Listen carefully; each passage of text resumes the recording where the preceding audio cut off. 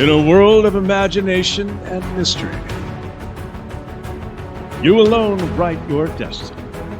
Will you be good? Will you be evil? Neutral? Chaotic? Will you be lawful? When it comes to adventure, it's all on the table. Hey everybody, I am Juniper and welcome to All on the Table side quests. I am going to be running a Dungeons & Dragons 5th edition one-shot for y'all. So I'm going to go ahead and let my players introduce themselves first. So why don't we start with Dana? Hi, I'm Dana Preby, and I'm going to be playing Fern this evening, a slightly drunk halfling monk. So, go ahead, Ren. I'm Ren, and I'm going to be playing Kayla Forgehammer. She is a hill dwarf with sorcerer with wild magic who is exiled from her tribe for having wild magic sorcery. It's really original.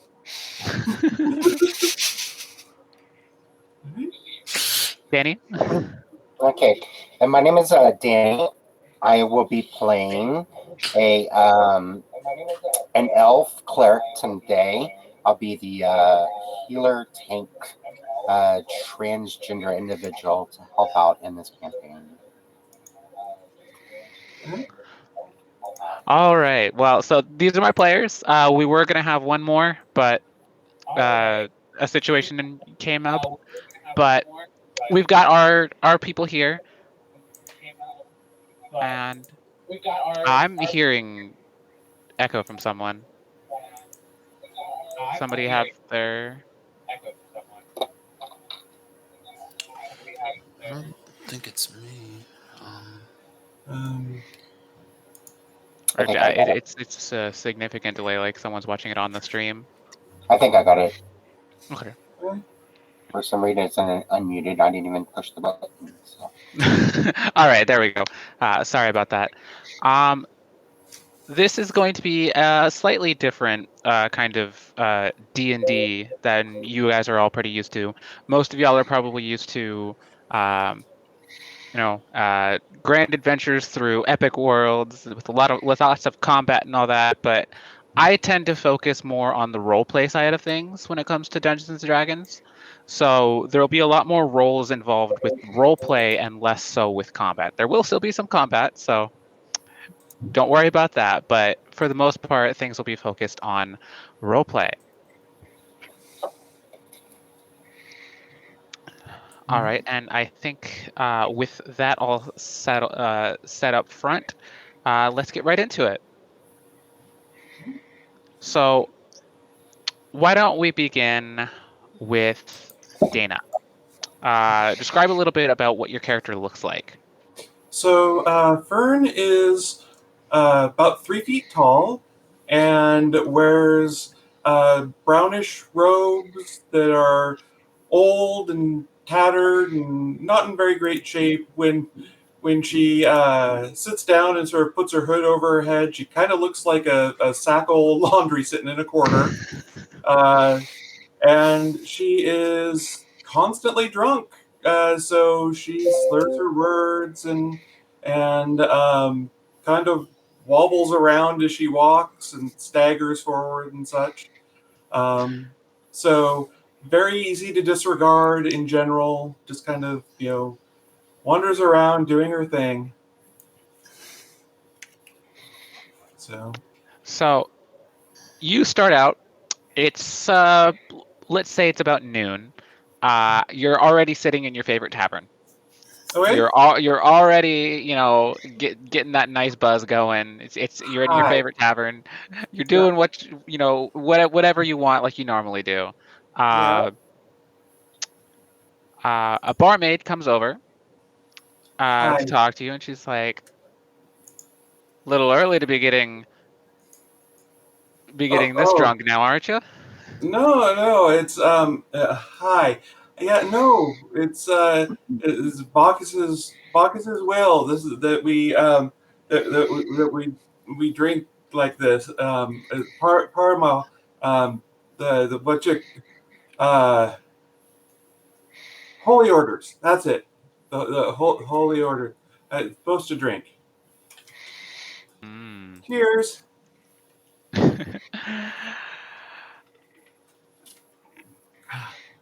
She Hi. then holds out her hand, and in it is a small box. It's not that big. It's maybe about probably about as big as your fist. Mhm. You being a halfling, it's not that big of a fist, but and she hands it to you. Oh, what is this? Huh? I was told to deliver this to you, Okay. and then she backs away, and she walks off. That was nice of him. For whoever it was. Huh. Uh, what's inside? Open it up. Inside, nestled, uh, it's within kind of velvet padding, is a small stone. Ooh, Um, pretty. it's about the size of a 50-cent piece, Uh and it has been polished to look almost like a mirror. huh. Ooh, that's pretty. I wonder. Huh. Uh, I, can I take it out and look at it? So you're gonna take it out? Oh yeah. Okay. As soon as you pick it up out of the box, Uh huh. you notice your surroundings change. Wait a minute. You're no longer sitting in this tavern that you know quite well. Uh huh. Uh, in fact, you don't recognize the land around you at all. Not the first Uh, time that's happened to Fern, but okay. uh, you find yourself in kind of a almost a marshy forest. So there's different trees around you. Um, it's still the same time of day, as far as you can tell, but it's not like any area that you have seen before. Hey, where'd my drink go? Oh wait, where? Huh.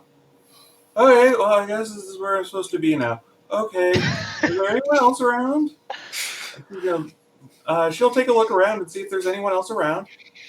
You are currently by yourself, Uh-huh. but there is a small path leading through trees. It doesn't look like it was a man-made path. It looks more like a game trail. Okay. Well, I guess that.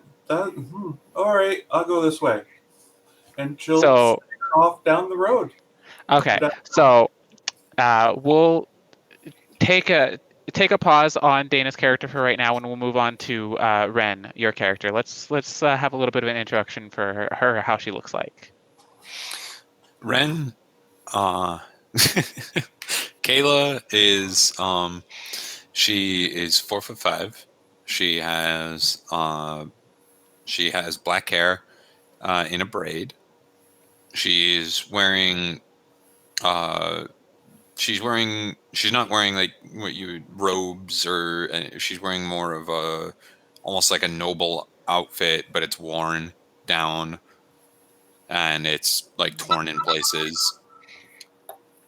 She looks a little beat up, A little beat up. a little dirty. All right. So you're on the road. You don't really stay in one place for all that much of time. You find yourself on the road more often than not, Yes. and you're heading to a small town. You've been there a couple times before, but not often enough to know the inhabitants well. Um, I want you to go ahead and roll a perception check for me. Okay. Which dice is that? Uh, D20? D20 with your perception modifier. Okay. I got an 18. My perception modifier is basically 0. Is 0, not basically 0. Is 0. Okay. So that's an 18. That's enough to notice it. I noticed. There is a cart coming down the road right behind you, and it's rocking back and forth. It almost looks like the back axle is broken, but not quite all the way through. So it's shaking back and forth wildly. It's got some interesting cargo in it, but it barrels past you, barely missing you. The man driving it doesn't even look back; just goes "sorry," and keeps going. As it passes you, a small sack flies off the back of it in front of your feet. I pick up the sack. Pick up the sack. Okay. It's not that big. It's probably about the size of a small child, and it's just regular old, burlap material. I open the sack. The sack is filled with grain, grain and a small box. I take the small box.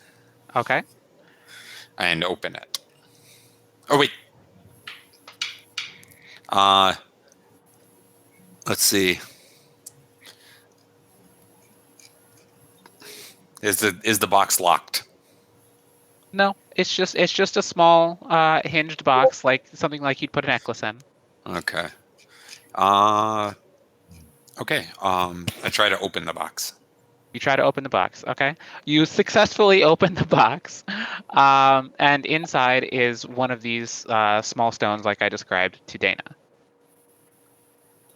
What color is it? This one is green, but again, it's the same size and it's polished almost to a mirror finish. I put the stone. I put the stone in my pocket for now, in my satchel/pocket. Did you take it out of the box, or did you leave it in the box? I did take it out of the box. Yes. You did take it out of the box. Okay. So once you put it in your backpack again, you find yourself in this forest, the same forest that I was describing to Dana. However, now it is probably close to sundown. So I'm in the village, right? Not anymore. Oh, not anymore. Okay, so I need to set up camp.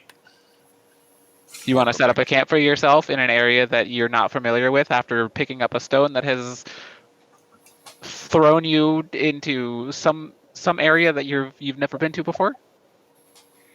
It's dark, right? It's not dark. It's close to sundown. Okay. So, do I need to roll for a perception check as to what's around me? If I want to survey my surroundings. Are you just taking a general look, or are you taking a very close look? I want to take a very close look at my general surroundings. That would be investigation then. Investigation. And that will tap into my intelligence. Okay, so I got an 11 plus 1, so I got a plus 12. All right. So as you're looking around your surroundings, you again see the same game trail, but you notice on the ground something shiny. Not quite mirror shiny, but something that definitely catches your eye and kind of catches the light a little bit. I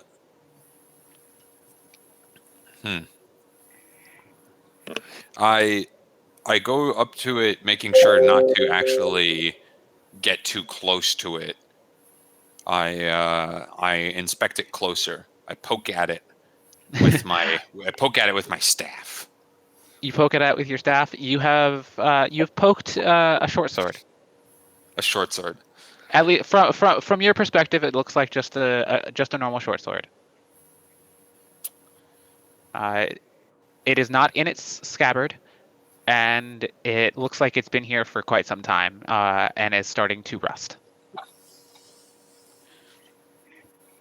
I take the short sword. Okay. Add rusty short sword to your inventory.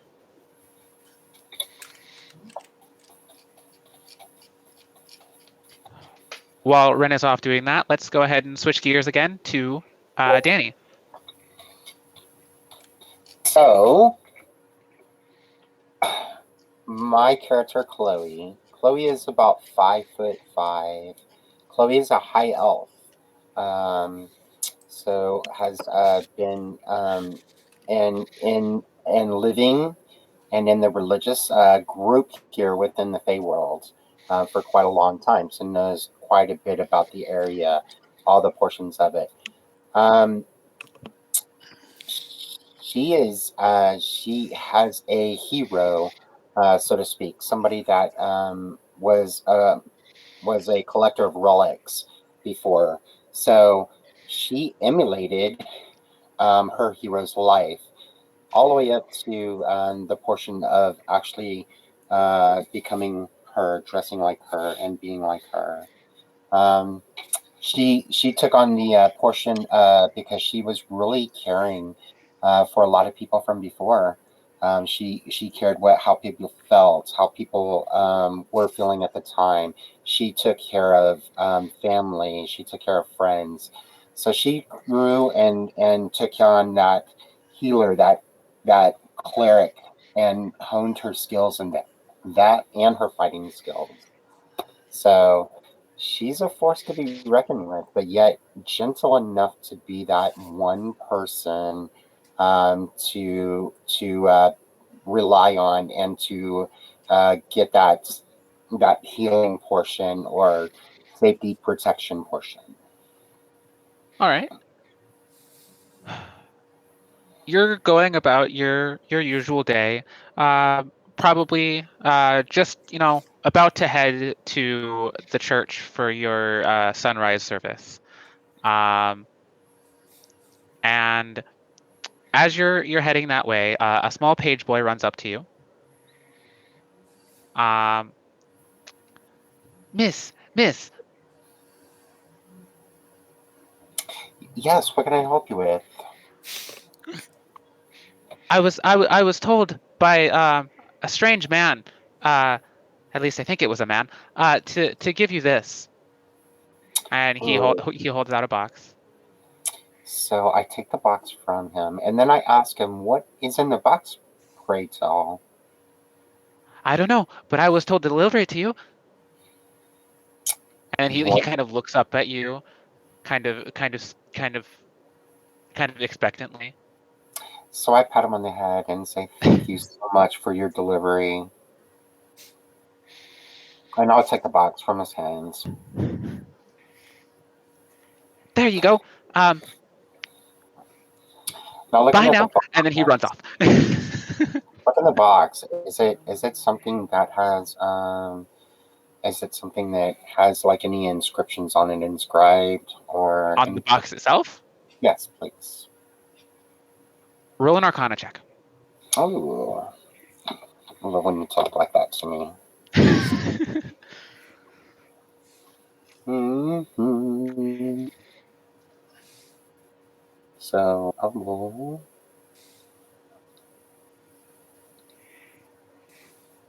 Where is it? There we go. So I rolled. Sorry, I rolled a 15. You said 15? Yes. Okay.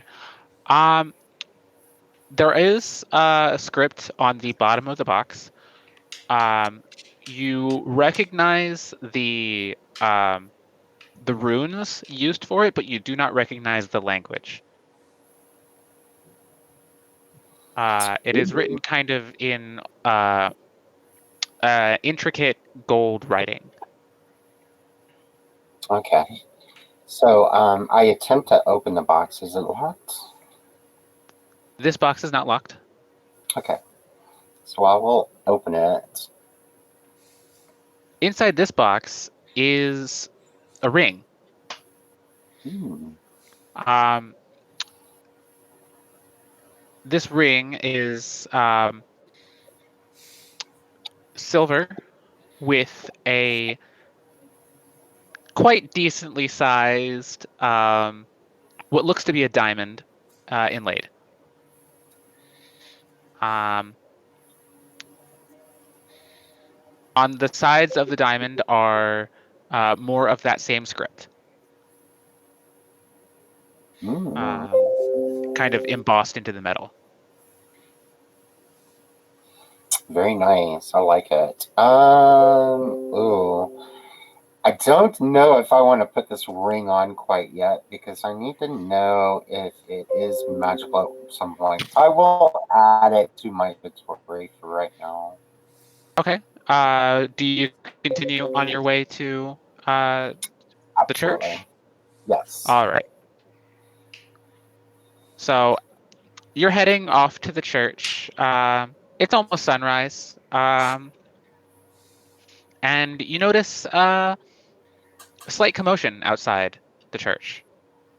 Uh, Nothing too Hmm. serious, but there are some heated words being thrown back and forth in Elvish. Ooh. Well, so I'll just kind of make my way towards the confrontation, kind of listening with a sharp ear to see what is happening. If I can pick up on what's going on. Are you trying to not be noticed by them, or are you just kind of I'm walking just up kind on of them? blending. Oh yeah, I'm just kind of walking up and blending in, I guess. I don't need to be stealth, so to speak, but yeah, I can make myself known. All right. If you could go ahead and make a perception check for me to see if you can hear what they're saying.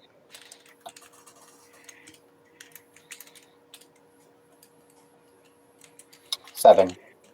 7. You only catch scattered words of their conversation.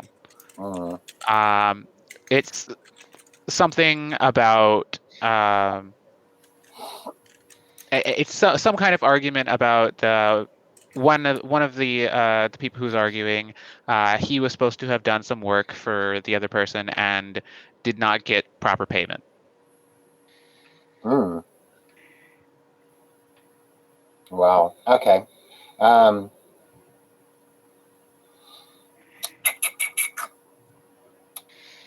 I guess, I guess being the caretaker that I am, I would walk up to the two and just ask if I can offer some assistance in helping them with their confrontation or their conflicts.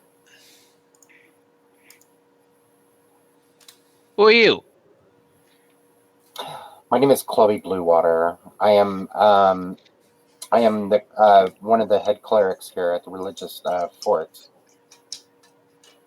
Oh, so that you could banish this no good, dirty money grubber from these halls. Then Oh, why do we want to banish them? he owes me money for good work I did.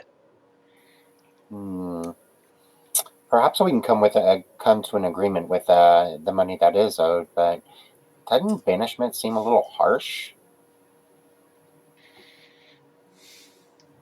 I think he should be banished because he has not paid me for the last 3 months.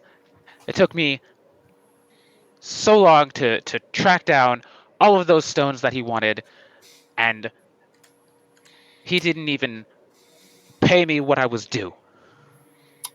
There's got to be a good reason why. So I turn to the other guy and I ask him, is there a reason why payment was not rendered for services here? This one's lying. I paid him exactly what we agreed upon. Oh, Lord, this is a good confrontation. So perhaps we need to get to the bottom of this. What was the set agreement for payments? He was to pay me 300 gold pieces for building him a wall around his garden with very hard to find stones. Was the wall done? The wall was finished. Yes, I finished it. I finished it 3.5 months ago. He said he would pay me by the end of the month, and that never happened. So I turned to the other person. Well, were you given 300 gold pieces for the wall? The agreement was not for 300 gold pieces. No one would pay that much for just some landscaping work. I agreed to pay him 100 gold pieces, as well as a hot meal for every day he worked. Ooh. Wow. And was this agreement on paper, or was this just a verbal agreement with a handshake? I want you to go ahead and roll an insight check for me. Okay.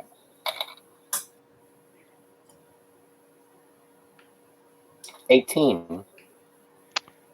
As far as you can tell, they're both telling the truth. Wow. Okay. At least from their perspectives, what they're telling you is true. Wow. How interesting.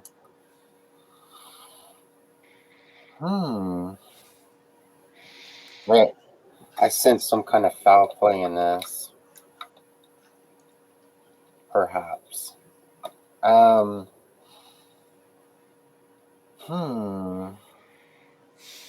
not that we can see a recording of what had happened, because of course that didn't happen. But I just asked them both. I asked them. Actually, I need to look at. I would like to look at the fence. I'd like to look at the fence that was built. You want to go. You want to go look at the work that was done. That's what you're saying. Sorry, yes. It's okay. All right. Well, why don't you show her then? Very well. If you could follow me, please. And he starts leading you through town. So Awesome. we'll take a short break from you again. We'll go back to Dana. Okay. You have been on the trail for a couple hours now, just kind of aimlessly walking drunkenly. Mm-hmm. Yeah. And it's getting close to sunset, and you start to hear some voices.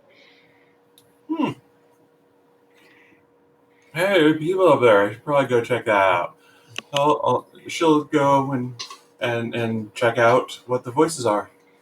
She'll be quiet. I mean, if you want to me to make a stealth check, that's fine. Otherwise, it's just sort of her, being. Are you trying to not be noticed, or like are you actively trying to not be noticed, or are you just kind of cautiously moving forward? I think she's just cautiously moving forward. Well, actually, no, she doesn't do anything. No, she's just gonna go up there. She trusts in the good of all people, and so she's gonna walk right up. And So you're walking forward. You notice the light from a campfire, that's nice. and you kind of stumble in. It's like, hi. Actually, before she comes upon them, she goes, "Hi, is anyone there?" There are two figures sitting next to the fire. They do not appear to have heard or noticed you yet. Okay, I don't want to startle you or anything. I just, hi, yeah, you mind if I join you? It's getting kind of dark and you got a fire there, so mind if I join you? One of them perks up, turns around, and you notice on closer inspection that they are a fawn. Oh, So, nice. you know, Okay. goat bottom half, Mm-hmm. upper. Um, and they look at you and they wave and they say something in. Remind me real quick, what languages do you know? I know Common, Dwarvish, and Orcish. Well, and Halfling. Okay, so you don't recognize their language. Um, they take a moment. They start speaking to you until they realize that you don't understand them. Mm-hmm. Uh, Well, then which to be fair, will probably take a while because she'll be going, wait, this isn't. No, I don't understand. uh, they then speak again in different variations of languages Okay. uh, Uh, until they no. finally land on common. Uh, Oh, good. Okay. they're Sprechen Sie like, Orc? can you understand me in this language? Yeah. Oh, yeah. That's a good one. I know that one. Oh, That's the perfect. language I speak. Hi. Who exactly are you? Oh, my name's Fern. Nice to meet you. Fern, like Like the like plant? what? Like the plant? Yeah, but I'm not a plant. No. Just a I name. I can see you're not a plant. Good. Not everyone can tell sometimes. It's really Okay. weird. Anyway, hi. So yeah. Yeah. No, that's my name though. But it is now anyway. It's a long story. Anyway, hi. What's your name? You can have inspiration for not being a plant. Thank you. Okay, so I'm gonna explain to Ren what the way and all of you the way inspiration works for me. So you can only ever have one stack of inspiration at a time, and you use it, and regardless of what happens, you have to keep the result of your inspiration. So the way inspiration works for me is when you use it, you can use it to make any you can make a reroll on any check or combat roll. Okay. However, you must keep the new result, and you have to decide to use it before I tell you whether or not the initial result was successful. So, uh, I'll be giving out little bits of inspiration throughout the game for nice role playing. Okay. So if you make me laugh, or I really like something that has happened with your characters, I'll give you all inspiration. Wunderbar. Awesome. All right. So what's your name? I'm Fern. Who are you? They kind of look down, and they kind of scratch their head. They're like, name? No, um, don't you have a name? yeah.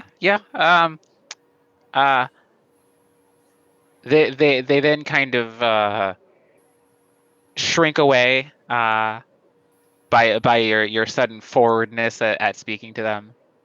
Uh, Huh. No, I didn't mean it. If you don't want to say your name, you don't have to. Do you want a drink? they kind of reach out their hand tentatively and snatch the flask away from you. Uh, Okay. they kind of mutter to themselves and look around at the flask, and then they take a big gulp.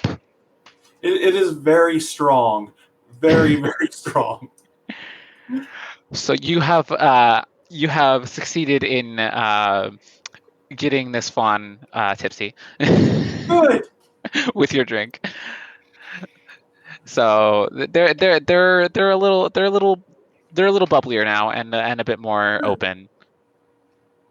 They're like, names don't matter. Just sit down, sit down. Okay. Hi. Thank you. So, Eh, The other figure at that's sitting at the fire looks at you. They're a large, kind of overly buff orc woman. oh, nice. Hi. Hi. And I'll actually say in Orcish. So, hi. Is it okay if I ask what your name is, or I don't want to? Apparently, that's not good for some people. She raises her hand and she knocks one of the stumps that they were using. She knocks it like 5 feet away, and then she's like, "Oh." Oh, are you okay? It's pretty obvious to you that she has no idea about her own strength. Like Right. she very much doesn't want to hurt anything, but at her slightest movement, she just doesn't say things with her strength. Okay. So she's kind of sitting there, with her hands over her mouth, kind of like, "Oh, I didn't mean to do that. I'm sorry. Did I scare you?" No, it's fine. It's fine. It's very impressive though. But no, it's everything's okay. Okay. I'm Greta. Hi, nice to meet you, Greta. I'm Fern. Um, her voice is very much not what you'd expect to be coming out of someone that large and buff. It's very small. It's very timid. Uh, um, over the fire, there's a pot of some kind of stew cooking. And Greta kind of uh, goes over to it and very lightly takes a ladle in her giant hand and spoons some out into a bowl and then proffers it to you. Oh, thank you. This smells really good. I'll take a look at it and see, what's in it. Uh, I'll ask what's in it. the fawn kind of speaks up. Is like it's just potatoes and carrots and such. Oh, good. I'm starving. Uh, okay, and Fern will tuck in. All right, so yeah, you have a nice meal with them. Yeah. Neither of them are really super talkative. Fern Uh, will not care and just tell stories and basically keep the conversation going and basically generally give a happy, try and impart a happy, bubbly, celebratory atmosphere to it. As far as she's concerned, this is a nice party or a nice night at the bar or something like that. Eventually, the fawn asks you, so where did you come from? I've not seen anyone of your stature around here.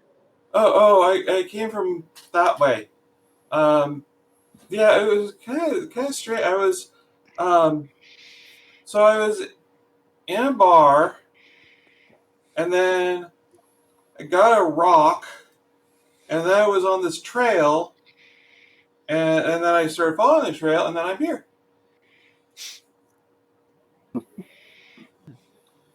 So there you go. That's yeah. Or You were you got asking for further back? Because I used to be at this monastery, but then one night we were worshiping a little too hard, and then the next morning I woke up and I was in this field, and I figured that was a sign from Bacchus that I should go out and start helping people, and then a lot of things happened, and then tavern rock trail here. I really like this character. I just gotta say. I love her.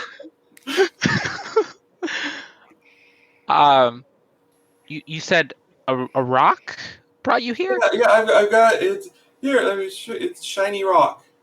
Are you're holding it up showing it to them? Yeah. Um, Greta kind of squints at it, and then her eyes go super wide, and she's like,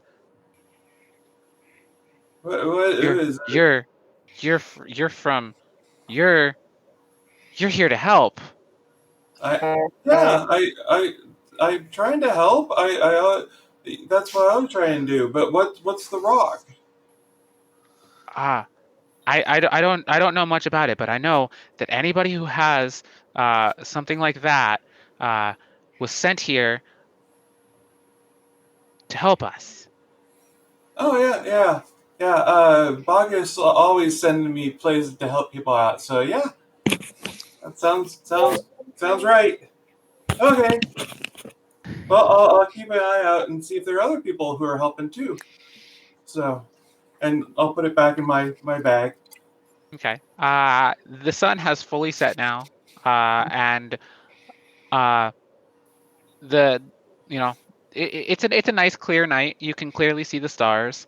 Um, it's not any constellations you recognize. All right. Well, they're all blurry anyway. um. So what do you do from here? If they don't mind me sharing camp with them for the night, I'll camp here and then start off in the morning.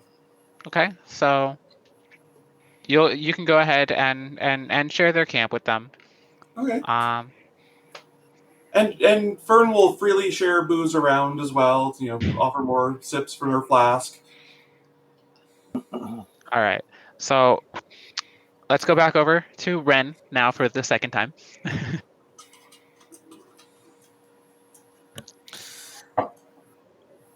You're kind of going along. The area is not something you recognize. However, you do recognize the kinds of plant life and animal life around you. You know that this is not anywhere near where you were originally from. And you definitely know that it is not on the material plane.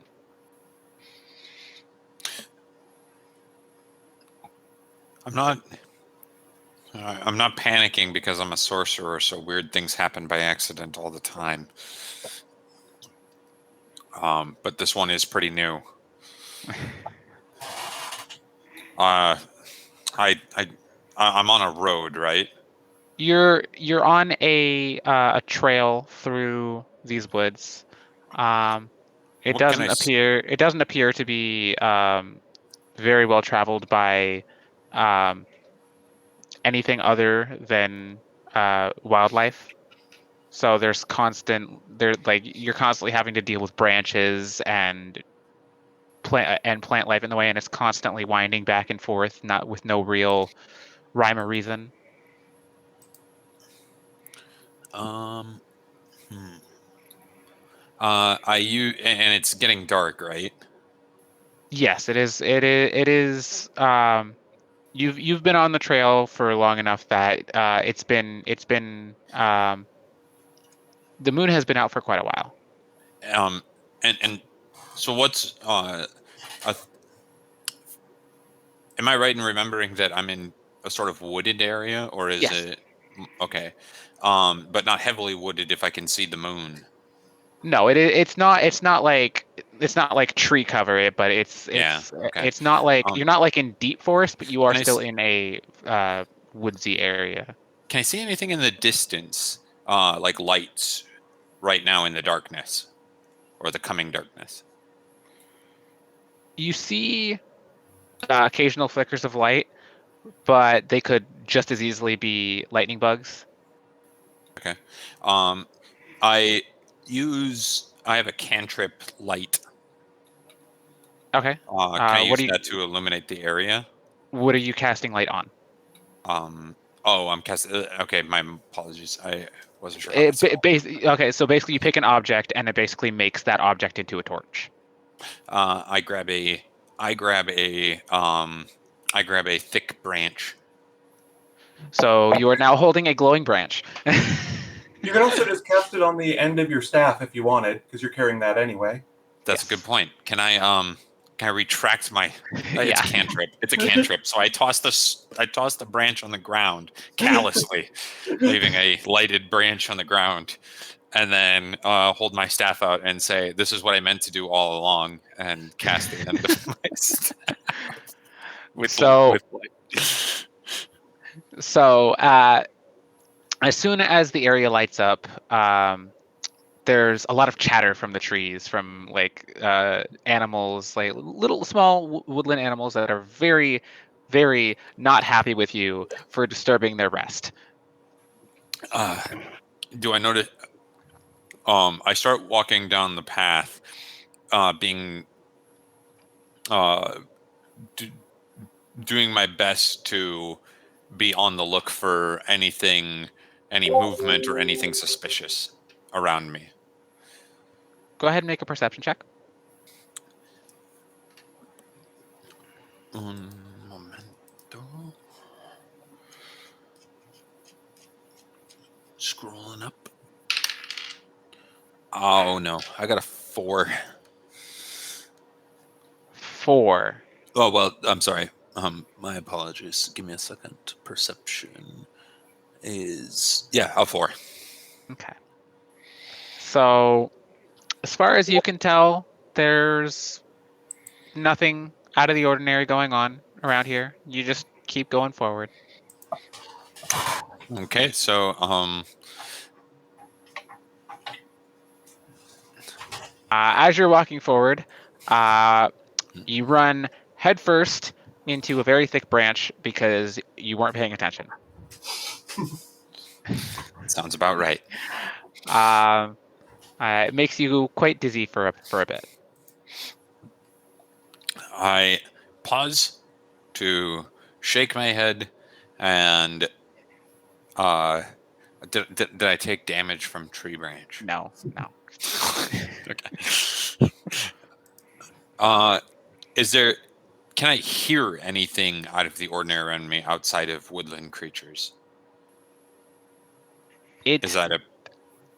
Sorry, go ahead. As far as you know, like this could just be all normal sounds from the area you're in, but it doesn't sound like any kind of wooded area you've been in before.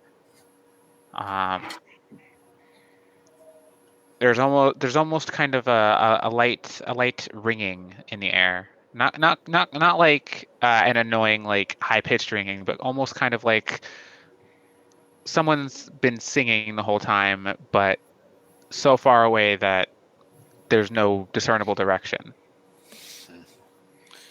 And currently, there's no branching to the path that I can see. It's just a regular game trail. So something that deer might take when they're going through the forest often.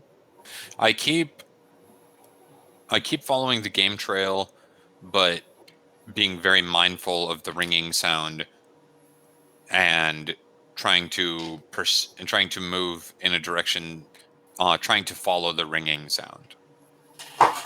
Okay. Give me just a second.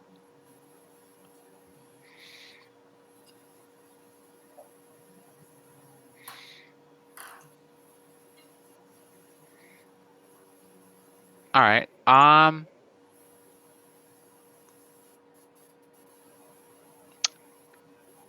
Go ahead and roll me a survival check to see how well you can follow this game trail.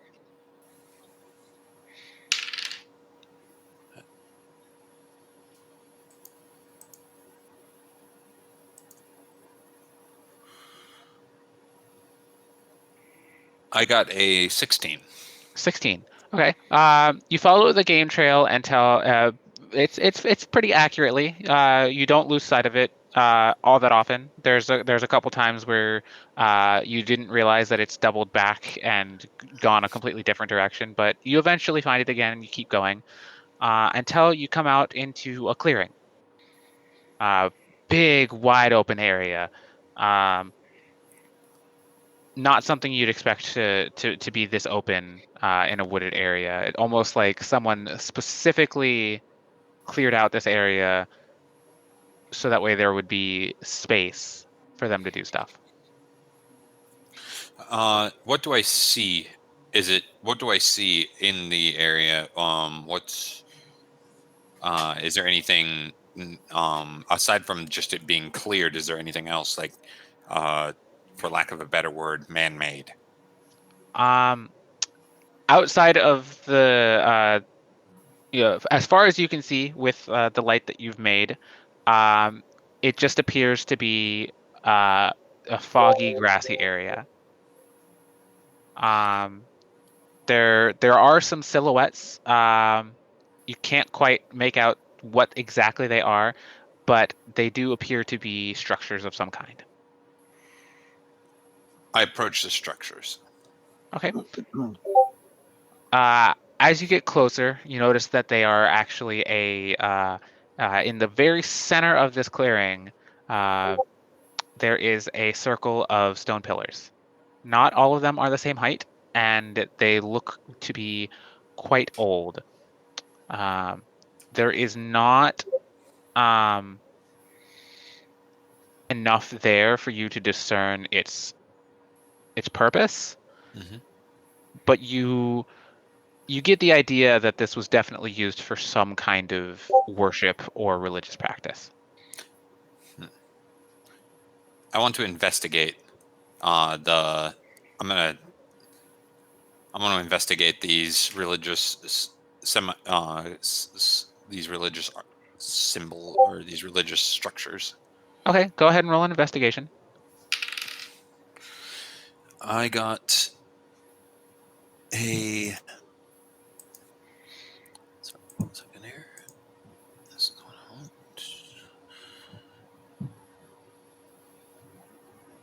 I got a 10. Okay.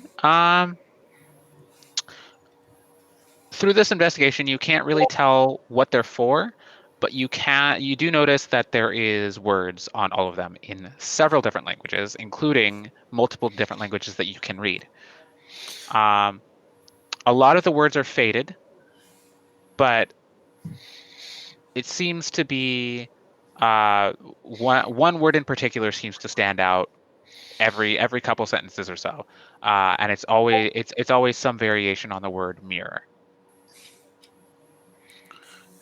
Oh, is a variation on the word near? Mirror. Mirror.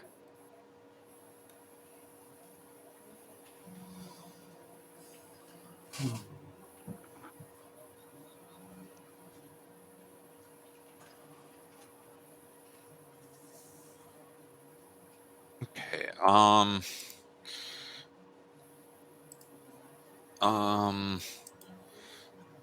Let's see. Uh, I want to. I want to investigate the rest of this clearing.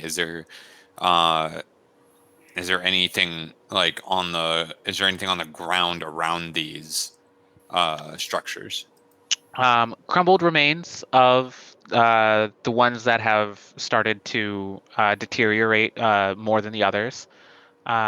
Just kind of the whatever is left over. It looks like this place has been abandoned for a long time.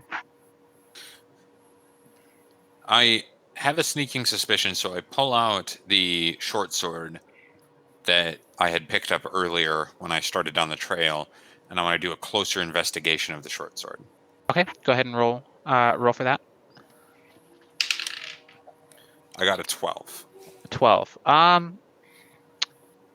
It's nothing too super special as far as the blade is concerned. The hilt and crossguard are about what you'd expect for a uh, mid-level ranking soldier to be using. What gets really interesting is when you look down to the pommel, and there is kind of a divot in the pommel where it looked like something used to be. How I take out the gem that I Okay. had and I inspect it to see if it would fit in this divot. The divot looks to be a bit bigger than the object that you have. However, it is quite old and could possibly have held it at some point. or something similar to its size and shape. Okay. As far as that goes, I shrug my shoulders and say, I guess I'll figure that out later. Okay. And It's getting very, very late. The moon is high in the sky, and it is, you'd estimate to be probably about 11 o'clock in the evening. can I see any signs of civilization of any kind near me? Like, do I have any indications there's a civilization near me? At the current lighting of the forest around you, no.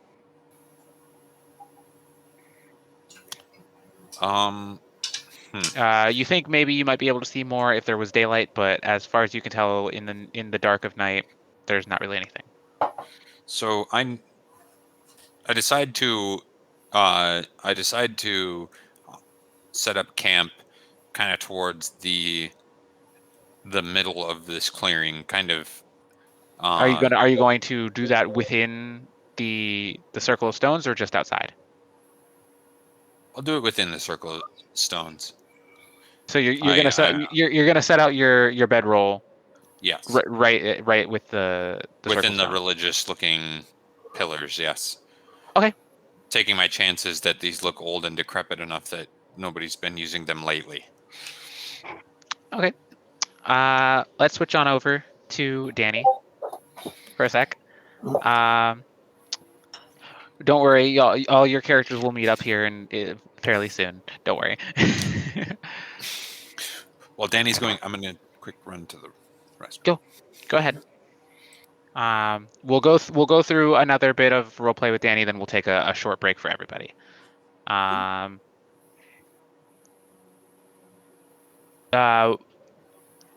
These two men have led you to what appears to be the smaller, more noble-looking gentleman's dwelling. And just outside of his front entrance is a small garden, and the burly man kind of walks over to it, and he points at a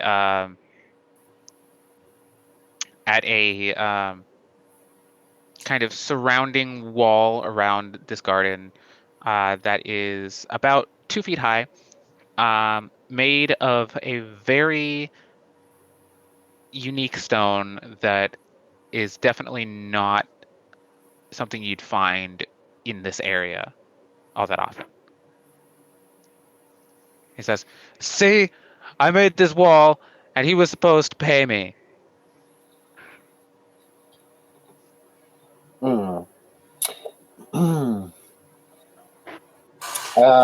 So do I recognize the stone by chance? The stone that it's made out of? Yes. Are you gonna take a closer look, or are you just kind Yeah, of I'll giving it take a closer look in one because I wanted to see if I knew what the stone was or if I roll history for me? history. Love history. 9. 9. You know that this stone is not typically used for building. More so used to make smaller objects and trinkets and whatnot, not typically used for making a wall, for example. But you don't know what kind of stone it is or where it's from.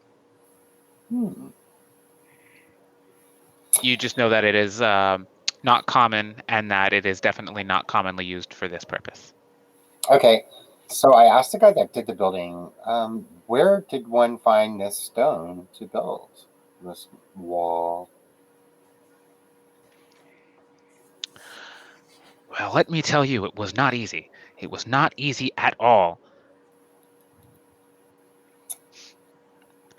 This stone came from a very special cave deep in the forest, and it took me a week to mine out just 20 of them. Hmm. On closer inspection, it looks like there's about 50 stones total making up this wall. Stones total. So I look at both of them and it seems to me like the work was been done. The problem is that I'm not sure what was said between the two of you on the agreement. To me, it seems like y'all both are telling the truth. So I don't get what's going on here. There seems to be two agreements in place, but is it really the two people that made the agreement standing right here in front of me? What are you on about? The smaller looking man says to you. Well, it just seems kind of odd and awkward that we are using this kind of rock, which I understand is such a beautiful treasure and trait, but yet it's something that's definitely not used for this purpose whatsoever. And you tell me that you had built this, and we're requiring 300 gold payment for it. Now, your friend here, who you were building it for, again, was going to give you 100 gold from what they say, and then feed you hot meals while this whole job was going on. So if it took you a week, that's quite a few meals that he took care of for you. So it just seems like something is amiss right here that just doesn't make any sense. And the one thing that does is that it seems like y'all both had face-to-face interaction with this, but yet you didn't. So maybe there's some kind of trickery coming from somewhere.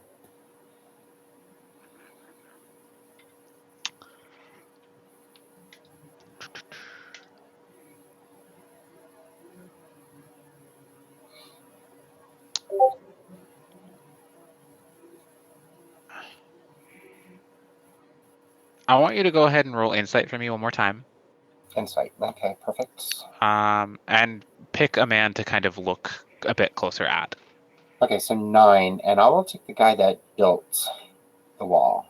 The larger man who's definitely the builder. Yes. He looks like, a guy who would, who does honest work. He doesn't really do much more than, go around doing odd jobs for people. He doesn't really have he doesn't appear to have a general profession, just more just I do what I can to help those around. And he doesn't appear to be the kind of guy who would try and trick someone else out of their hard-earned money. So I then again look over. Can I look over to the other guy and kind of feel him out a little bit, maybe get more in depth of what he is about? Okay, roll again for him. 21. This man is snotty and uptight. Very much the kind of guy who would not bat an eye at, paying for someone to do everything for him. He definitely is very full of himself. Ooh, this sheds a lot of good on this. So I tell him, I say, look, after hearing both of your stories and after seeing the work done and after talking to both of y'all about this matter, I tend to agree with the guy that's been built in this. But here's what I would love to do. Let's just try to come to some agreement. And when we're done, perhaps I can take y'all to the inn and treat y'all with drinks and food myself. And I'll just put this behind us as a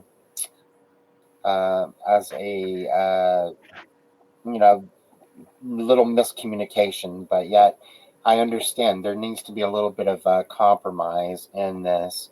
One person said one person said the other, but still. somebody was right and somebody was wrong. Unfortunately, but I'm willing to help and make up for this if y'all are as well.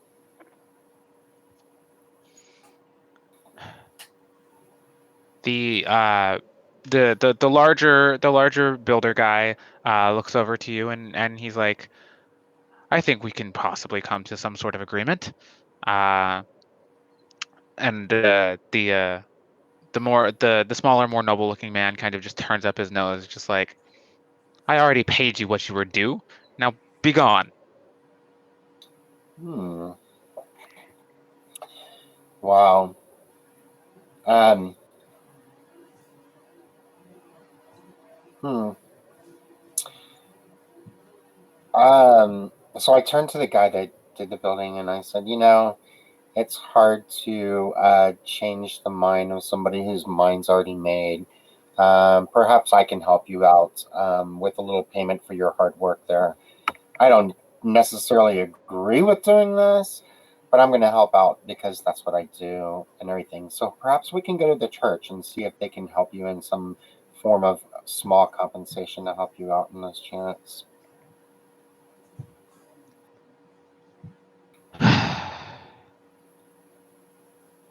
I'd really rather get paid for the work I've done, but this man doesn't want to, and we don't need to have bloodshed over this. However, I will say I will not be doing work for you again. The smaller man kind of looks over and is like, not that I would want you to. This job you did was horrid. I really think that it was a really good job, to be honest with you. Would I have used the same stones? Probably not. But the decor of it looks amazing. I believe you're wrong, but hey, you know what?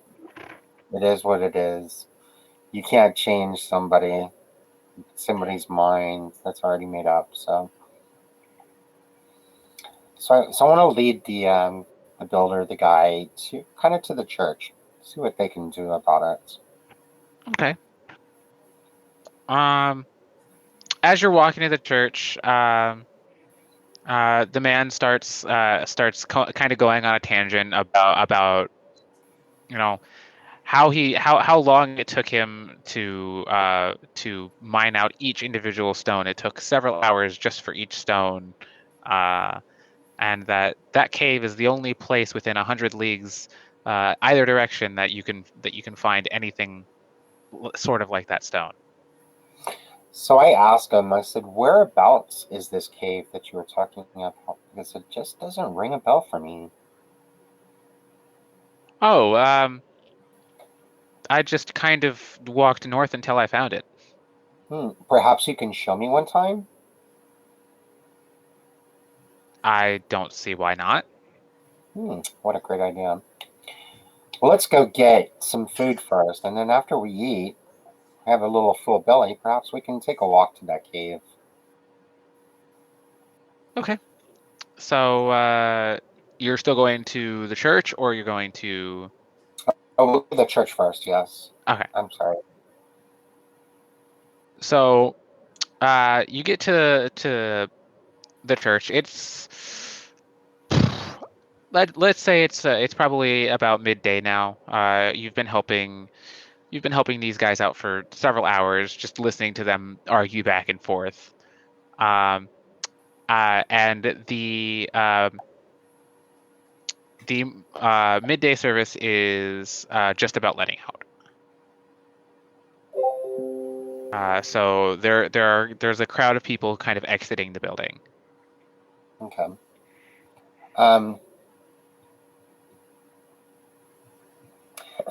So I wanna take the guy inside or to the head bishop per se. And just ask if there's something that we can do in order to help out my friends who's worked hard and was so underpaid. Perhaps there's something that we have for him to make up for his compensation for that. So you're walking into the kind of main sanctuary, and people are slowly, kind of filing out, and the person who was just doing the sermon, the head bishop, is kind of having light conversation with a few of the stragglers that kind of stick around after the service. So I want to um, I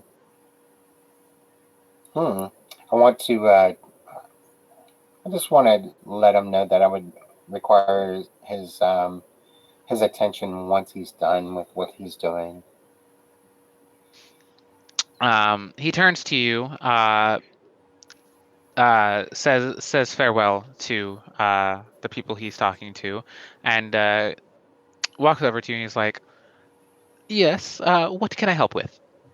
Perhaps we can go into, or perhaps we can talk about the man here, the gentleman here, was in a confrontation with yet another greedy man. I felt bad for all the stuff that he has done for this person. I was wondering if there's something we can do in order to help compensate this man for all the hard work that he has put in. The scene that he has, but yet reached a greedy customer that doesn't want to help with any of that in any portion. So I was wondering if there was something that we can do in order to help compensate this man with all the hard work that he has done. Because I do believe he's done a great job at what he's done. Well, unfortunately, the church's resources are getting quite thin as of late. Uh, we have not really been getting the donation from the public that we had in the past, and have had to stretch thin everything we have done. I do not know if there's anything we can scrape together for this man. Hmm. Well, perhaps I can find something for him at a later date or whatever. I do appreciate it, but I do require somebody with a bit of knowledge of yet jewelry. Um, Perhaps I can talk to that person, and to you, and can you recommend somebody for me for that? Somebody trustworthy. He kind of thinks for a moment as hmm.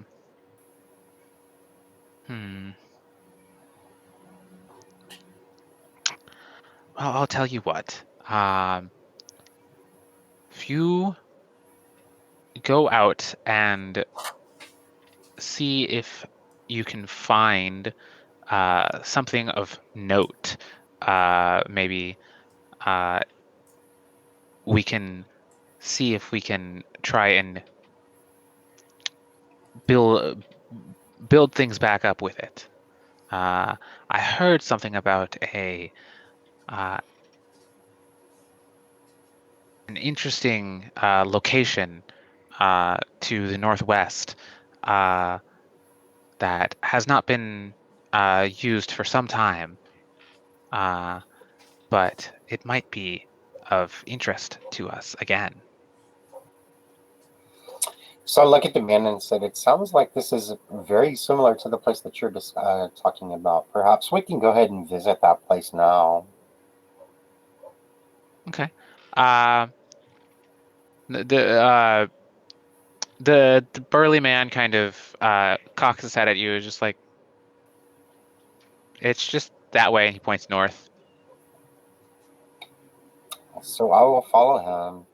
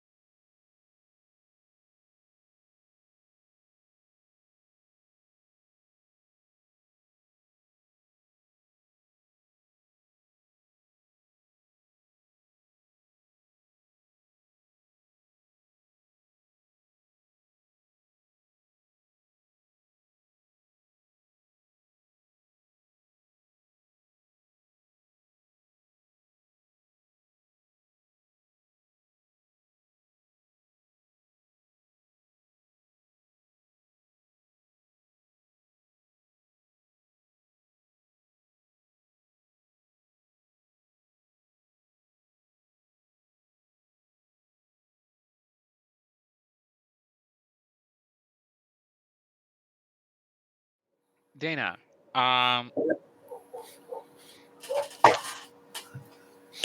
you wake up and your companions have disappeared.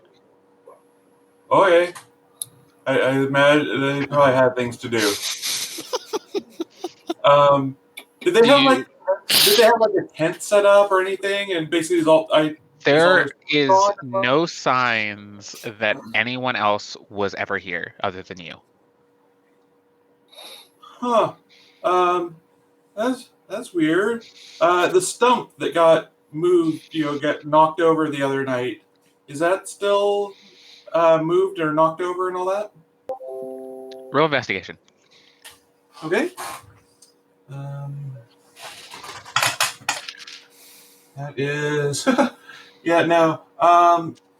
That is a 2. So I wait. No, was there a stump? There's a stump. There is no signs that anyone has even camped here at all. Within Wait, did the I last. camp here? Oh well, I'm here now. It is okay. I think, therefore, I am. Yeah, I am where Bacchus needs me to be. Anyway, okay. Well, is the game trail that I was following still going? Does it go on from here or? Go ahead and roll me perception. Okay. Wow, I gotta use a different dice because that's another 2. You have inspiration. Yeah, this seems important enough that I will use the inspiration on it and use a different dice. Okay.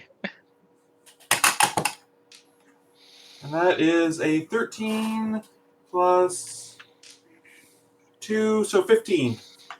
Okay.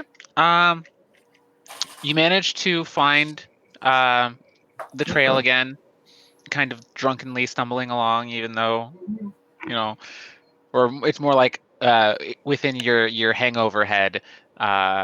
Since Oh it's no, been she never sobers up. She never has hangovers because she never sobers up. okay. You kind of drunkenly stumble around the area, and you manage to find the game trail again, and you do notice that things appear to have shifted. How so? The trees are still the same, but it seems like they're in different positions. What? Huh. Maybe I moved around again or something. I mean, that happens. Okay. Or maybe I'm not remembering it right. Oh,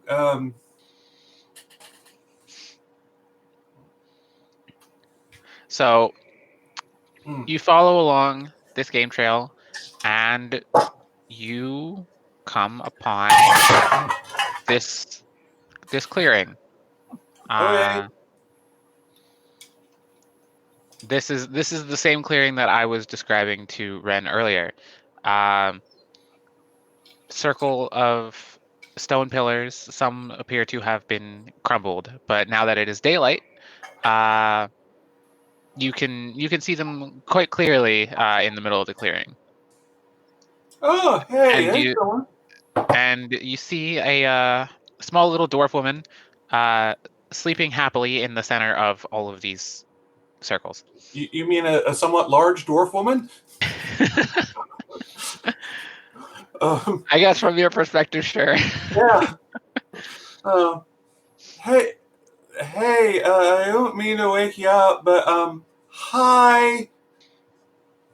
Are you awake? Are you okay? I'll approach. All right. So, Ren, you kind of get jostled awake by this kind of drunken little halfling person is just like, Hey, just hey, like, are you okay? I jumped to my feet and I Oh, pulled out my staff, keeping her just a warning. Not the motion is aggressive, but clearly meant to be just a warning. Like, hey, I don't know you. Stay within it's staff okay. distance. She sways out of the way. Hi, sorry to wake you. I didn't mean to wake you. I was just wondering if you were okay. And I want to say hi. I haven't seen many people out here. And I want to say hi. My name's Fern, by the way. I'm Hi. concerned. I ask, I look around. Are you alone? Uh, yeah. I kind of noticed that there's. I kind of noticed. I was like, is everything okay? Yeah. I was making sure everything was okay with you. You're looking a little unsteady. Yeah, no, that happens a lot. Would you like a drink? Yes, Oh, always. here you go. Wonderful. It is another flask of very strong alcohol. I take just a sip. All right. how big was it? It's just a little sip. I don't completely trust what's in it, but I also don't want to. So not quite a mouthful. Okay. Yeah, Yeah. not quite a mouthful. I just don't want to open hostilities, so I accept it and take a sip. Okay, you do that. All right. What's your name? It's Fern. Fern. I thought I said that. Hi, I'm Fern. Nice to meet you. Hi, I'm Kayla. Nice to meet you. Good. Kayla, that's a pretty name. Oh, thank you. So what are you doing out here? You camping or? Well, it's funny that you asked that, Fern, because Uh-huh. I pull out the stone and I show it to her and I say, last night I found this stone, and the next thing I knew, I was in these woods and I found I found this, and I pull out the short sword Uh-huh. and I show it to her. I say, I found this on the ground just a little ways over that way, and I point where I'd come from the night before, and I say, I tell her, I kind of worked my way across a game trail and found this clearing and found these pillars. Uh-huh. And then I decided it was getting really dark, really late. I thought, I don't know what's going on, but I need to sleep. So I got some sleep. So I camped. And the next thing I know, I'm meeting you. So I'm curious as to why you're here. No, I got one of those rocks too, but someone gave it to me. But yeah, no, here, look, see? I got one of those rocks too. But yeah, it did, and I was in a bar, and then I was here, and yeah, it must have been when I picked up the rock or something. Anyway, but yeah, no, now I'm here, and then met a very nice couple of people, and we talked and drank and ate last night, and then I got some sleep, and then I met you. This is all very suspicious. Uh, But I don't feel like you're suspicious. Oh, good. I'm glad. Thank you. So we both have rocks that are identical that magically transported us. Do you know where we are? Here. I'm starting to realize that maybe I can't trust you to know where we are at any given time. I'm wherever I need to be, probably. Are you a wizard? Here. Yeah, what? Are you a wizard? No. I was a monk. I met a wizard once who said that wizards are never late; they're always where they need to be. So that's why I asked. Sounds like something a wizard would say. Red, you can have inspiration for that. Yay!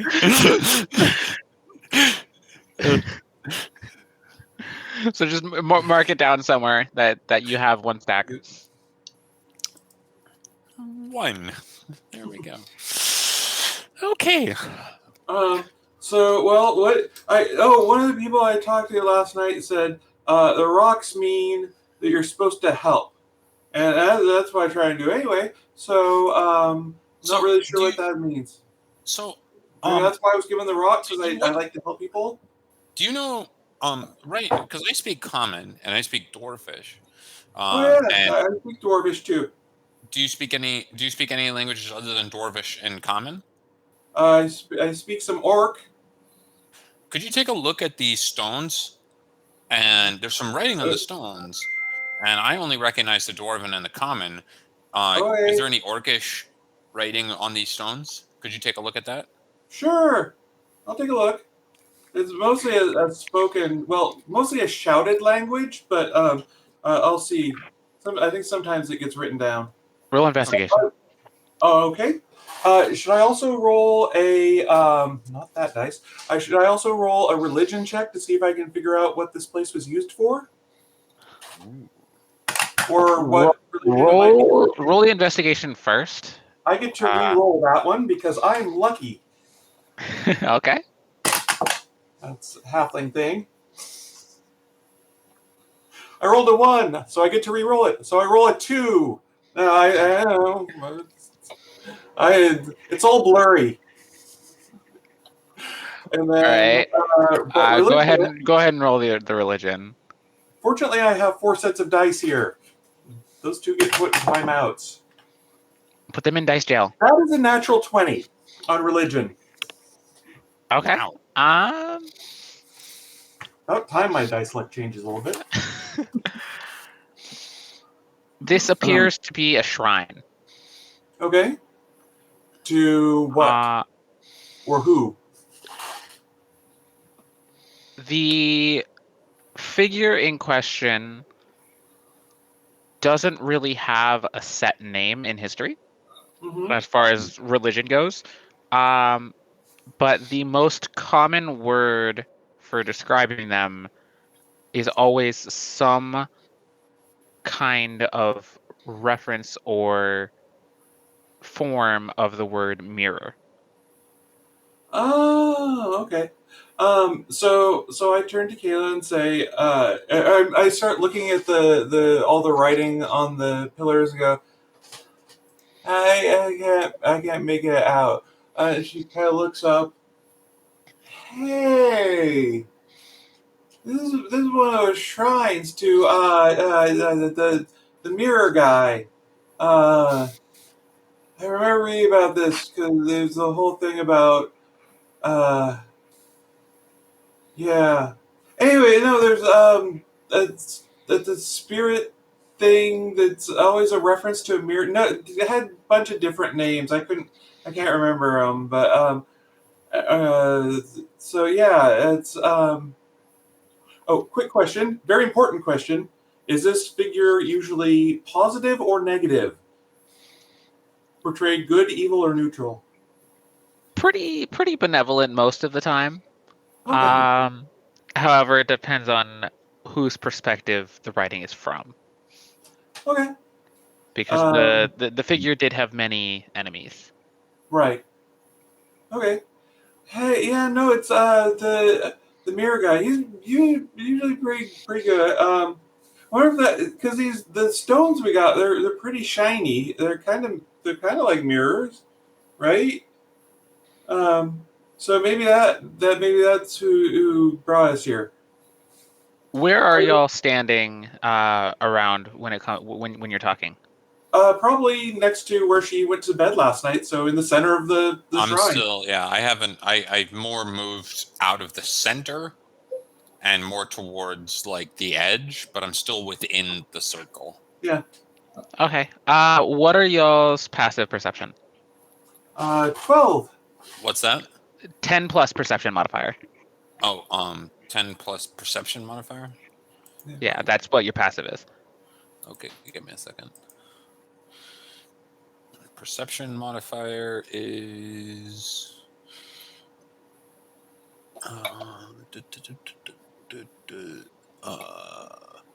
so it should. You said 10 plus. Yeah, that's what passive is.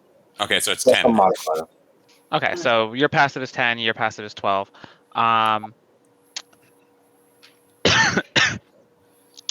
You are just perceptive enough in your drunken state at all times to kind of notice the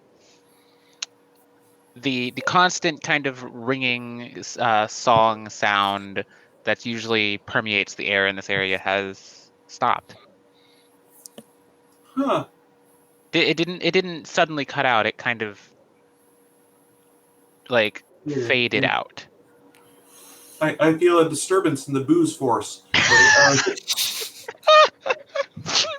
Anyway, Did you say that in character? no, I did not. Okay. Okay. Anyway, hey, did you notice that singing sound? It's kind of stopped. Wait, that's right. There was someone singing for a while. Did you notice that?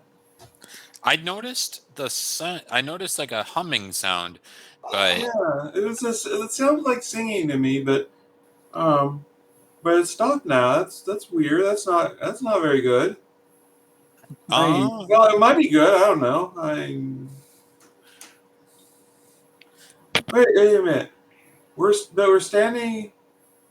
I step outside of the. Fern steps outside of the shrine, and sees if the humming singing sound comes back. So you step outside of the Uh-huh. circle. Does Kayla come with or no? yes. Okay. Um, as you both step outside of the this circle of this circle of pillars, um, one of you kind of steps on a slightly differently shaped and colored stone on your way out, and the whole shrine lights up. Oh, hey, what? Actually, so we'll say that Fern is the one who steps on it because bare feet and all that. She's like, "Hey, ow, ow, oh, wait, oh, it lit up." Does it do that often, or you didn't mention it lighting up before? Kayla, does it light up or? Uh, yes. Okay, if that's the thing it does, that's okay. Um, The light within this shrine kind of grows brighter and brighter, and then starts to condense down into a single point. I take out my stone. Is my stone having any sort of reaction to any of this? It's shimmering slightly, but it could be passed off as it's just kind of the light going past it, Oh. kind of reflecting off of its surface. okay. I'll wander up and see what the light is focusing on. Are you're going back into Could Sure. we? the circle? I mean, or well, let's put it this way: can I see what the light is focusing on from here? It's condensing down and almost becoming like instead of being like the whole thing lighting up, it's kind of moving towards the center and condensing into a single point. Okay. I try to seduce the light. You try to seduce. You're a bard. Sorry, I couldn't resist. No, you got to roll for it now. You got to roll for it now. All right, here we go. Roll performance. Charisma. Yeah. Roll performance. Okay, well, we're gonna fail this because I rolled a. Hold on. Well, I rolled a 7. Why don't you go ahead and role play out how you're attempting to seduce this light. I walk up to it with the air of someone with just I walk up to it a little coyly, a little casually. I kind of give it a quick glance and shyly look away, but then look back. I say, "Hey, haven't seen you shining around here very long, but you're shining brightly. How often do you shine here?" I wait for The light source starts to giggle. You're a funny one. Down in her flask and goes, huh. This conversation is illuminating. I'm just saying. I don't want to brag, but I sure wouldn't mind if you. I sure wouldn't mind if you lit up my hallways. I tend to like. Oh, stop! This is bad. This is bad. What happens? You're not very good at No, the I'm whole flirting thing, are you? No, terrible. I just got back and someone's already trying to. Hi. I There has to be need one every session. intrude between a dwarf and a consenting light source, but I wanted to let you know I was here, and just say hi. Well, hello there. The light source condenses further into a humanoid shape, Okay. and kind of looks to be it's almost a silhouetted form of a 2 foot tall girl. Oh, hi. My name's Fern. What's your name? Oh, and I'll walk out, by the way. Names. Oh, are you? I had a name, didn't I? Are you the mirror spirit thing person? Oh no, I am not the mirror. Oh, No, okay. no. Sorry. I'm kind of new to the area. Ah, you're new here. How is Yeah. it you came about being here? Oh, I will say I was. It's a long story, but I was in a bar and I got a rock, and then I was on a path, and then I met some really nice people, and we talked and we drank, and the orc woman, she was funny. She didn't think she was funny, but she was funny anyway. So what was like and then I was here. I respond with seductively, I should say, with like I say, I found a box, and in the box was a stone, and when I picked up the stone, I was here. Or A stone? This stone. Yeah, they look like this. This stone. The the figure within the light kind of gives a questioning sound. It's like, could I take a closer look at those stones? Yes. I should probably hold on to it, but look. Just as long as it doesn't disappear, because this looks like it might be valuable, and I'm more or less exiled. There's supposedly like a symbol of you're trying to help people, and that seems like something I should probably hold on to. So the head of this character kind of gives it a glance. Looks over both of your stones.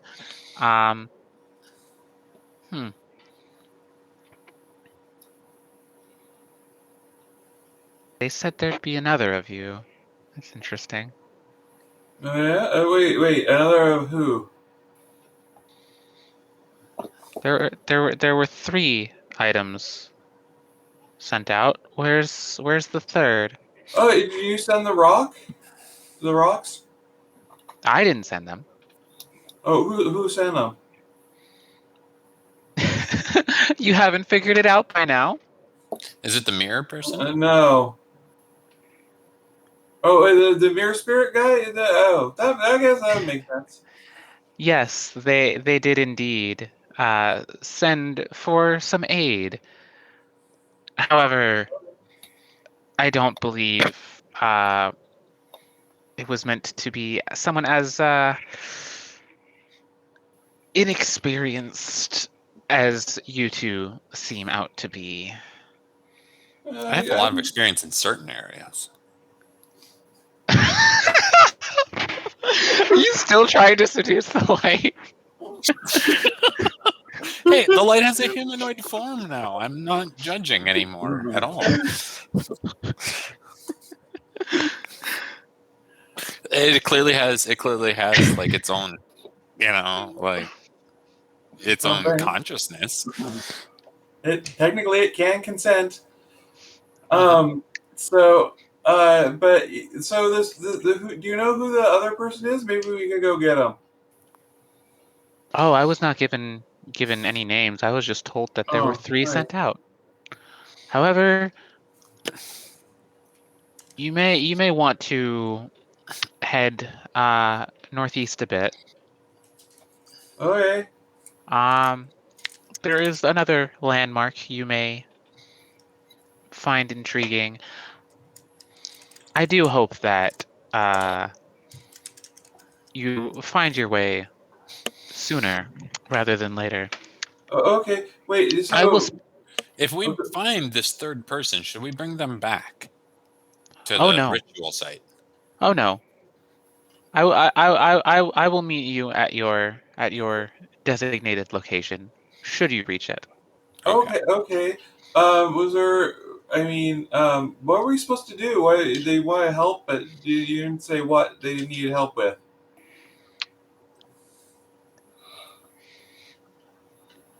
There may be unseemly ears present right now. If you make it to uh, the designated location and all 3 of you are there, then I might be able to shed some more light on this endeavor. This is a good one. I don't know why, but I'm thinking of Narnia now. Even the trees are on our side.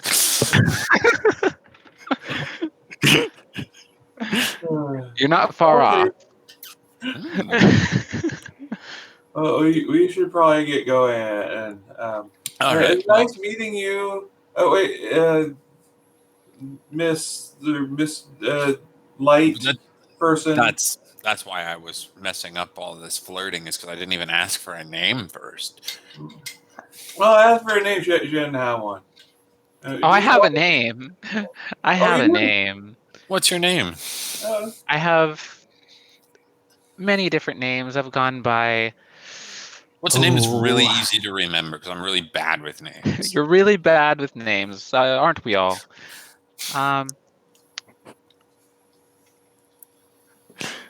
I do not tell you this lightly, but most around here would know me as the spirit known as Iridia.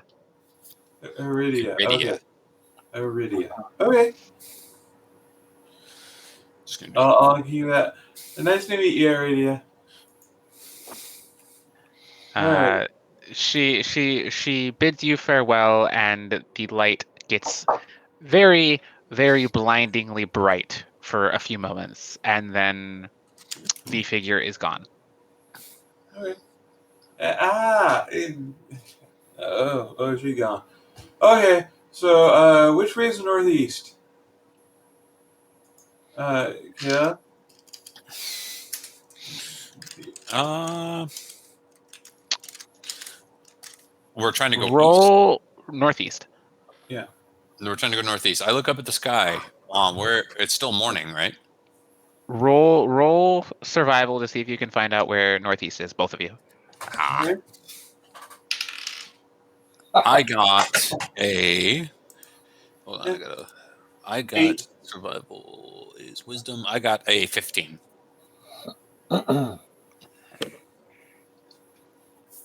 And Dana, 8. 8. So, Dana, you don't know where northeast is. Of course not. You don't even know which way is up. But I'm down. Ren, you are able to discern the direction that is northeast. It is a little ways away from the game trail you both came in on. So Okay. that part of the forest appears to be northeast from your location. Okay. So I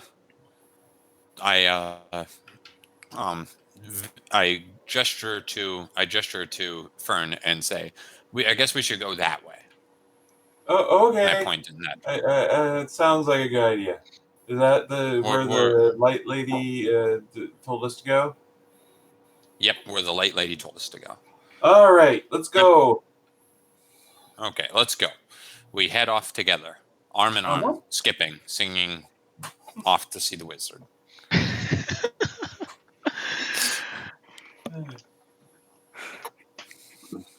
How did you know that who my character was going to be? Just a lucky guess. Pay no attention to the man behind the curtain.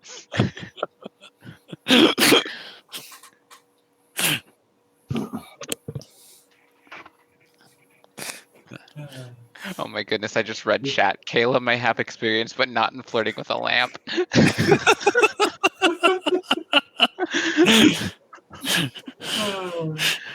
Oh, wonderful. All right. So Beautiful. y'all start heading northeast. Let's go back to Danny for a bit.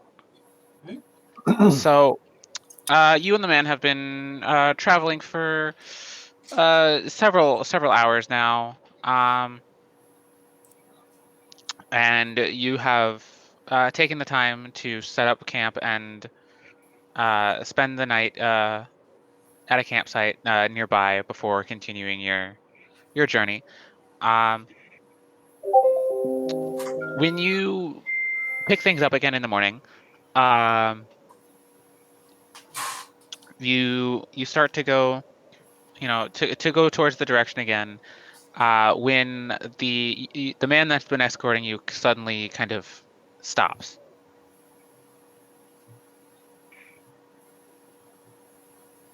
Looks. Is everything okay? Hello? Hello? Hello? Is everything okay? Who are you? Ooh. Chloe. Don't you remember? We just came from town. Town? Hmm. There's a town nearby? Well, there was. It's hours away now, but We have a Westview incident. That's what I think is.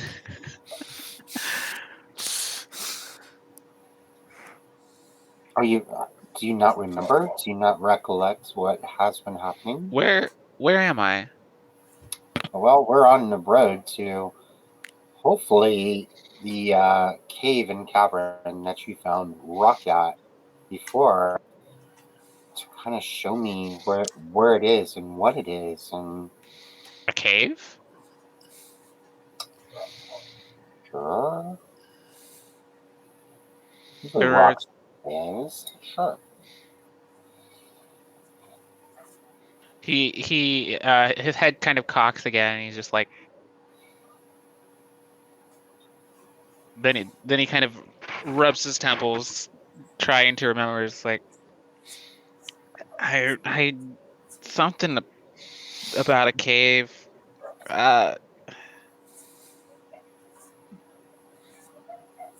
I don't know.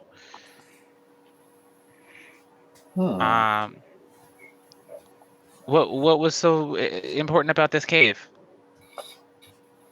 Well, the rock that you used is very rare. It's kind of a different breed in its own, and I wanted to see where you got it from, why it was there, and perhaps take a little bit back for myself in order to look at and study for future reference and use for different stuff, probably.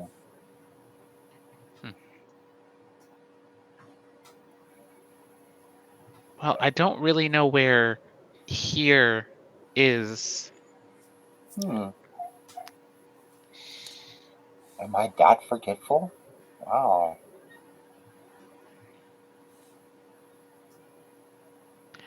He kind of looks at you again, head tilts. I'm sorry, who are you? Oh, Why don't you go ahead and roll me a perception check on the area? you got. Can do. Perception. 18. Ooh. You recognize this area of the forest. Okay. This is an area that most people don't tread. There's usually warnings posted around when you get towards this area of the forest that say "Don't go near." Uh, uh, you would assume that maybe somebody has removed these warnings, but you do recognize this area of the forest. I want you to also roll me a history check. History. 17. Good lord, I'm rolling good today. Ooh. You've got all my dice luck, I think.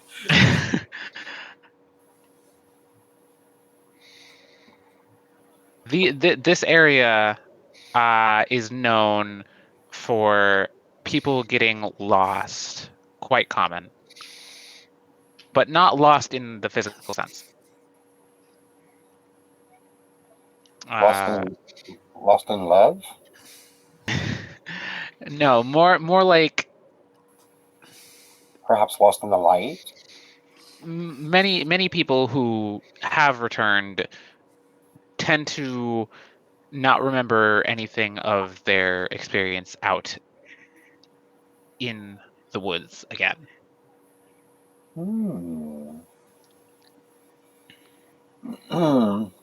So a bit of amnesia, so to say, of what was going on and what was said before. No one has managed to find the source of this memory magic that happens, but they know that it is contained, so to speak, to this part of the forest. Well, I asked the guy if he wanted to, if he doesn't remember exactly where this cave is, or a cave, that he's useless to me now. That if he wanted to go back to town, or whatever, that would be fine. But I was going to continue to look for this mysterious, beautiful place. Which way is town? How about back behind you, buddy? Oh, okay. Bye. And he walks off, kind of still confused.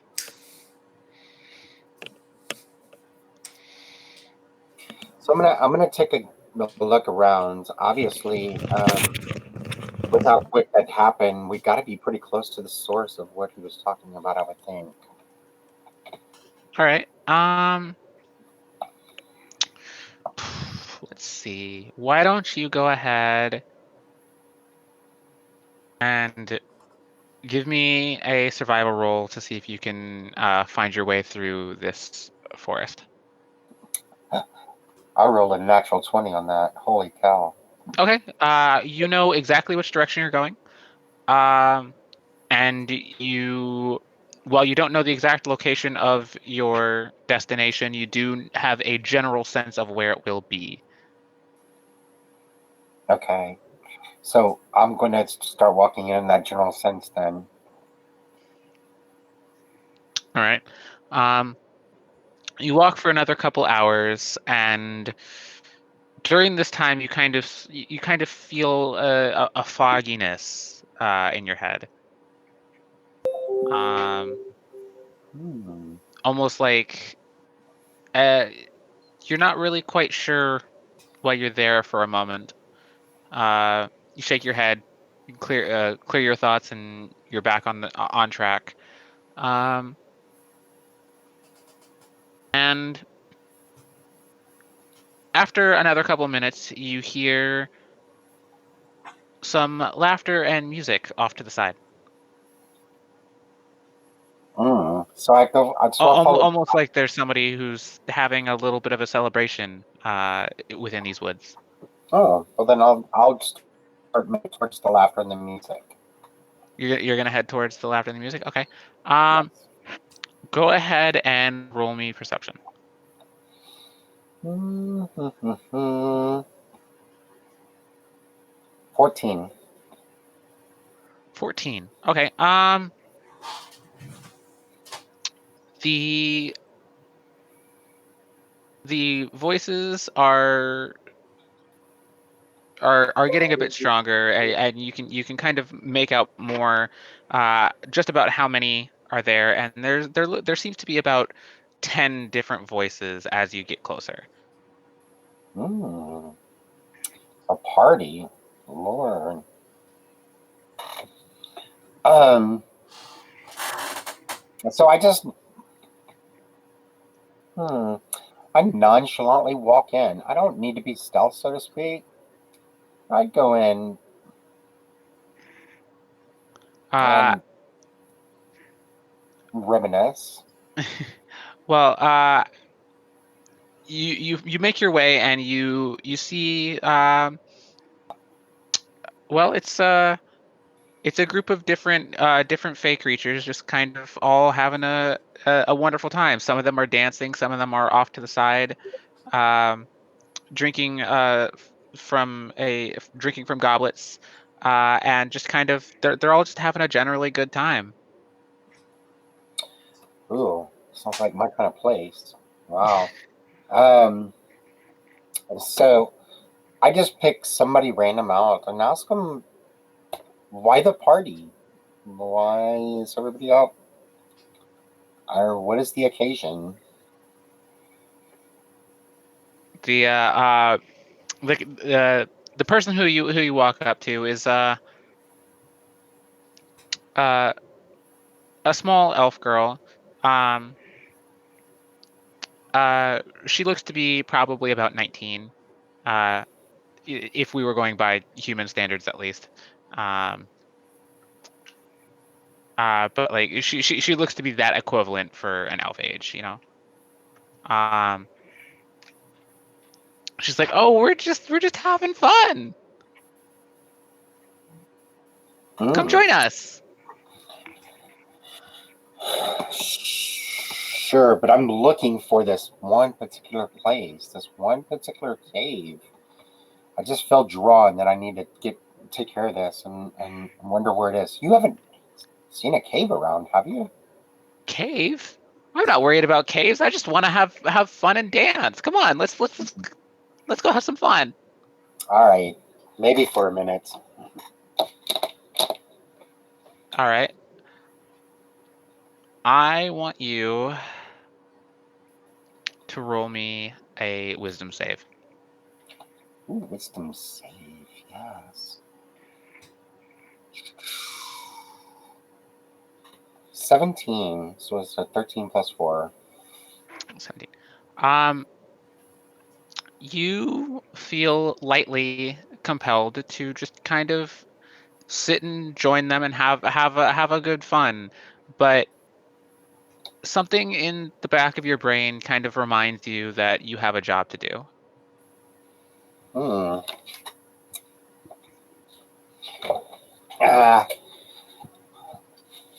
What I put off today, I can do tomorrow.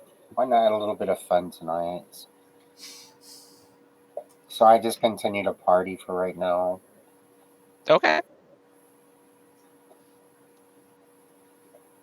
You join these people, and you have a very good time. So good, in fact, that you don't realize how much time has passed. And it goes well into the night. Laughs and fun all around. And by the time the sun comes back up, you're still, you're still partying. You're still up. You're still having a good time.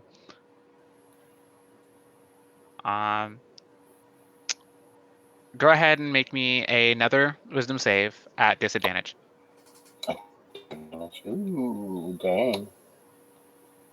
Okay. Let me find it. I remember what it's one is. Okay, so now we got a 6. Okay.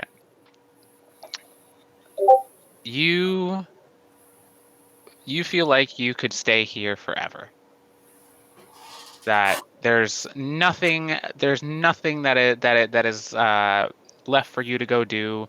That you can just stay here and have fun with these people and just never leave. Well, I'm pretty sure that my my mind and my soul say, hell yeah, let's party on. So that's what we'll continue to do. As the day wanes on, you start to get an indication that something's amiss. You can't really remember how you got here, and you only have the vaguest idea of where it was you were going initially.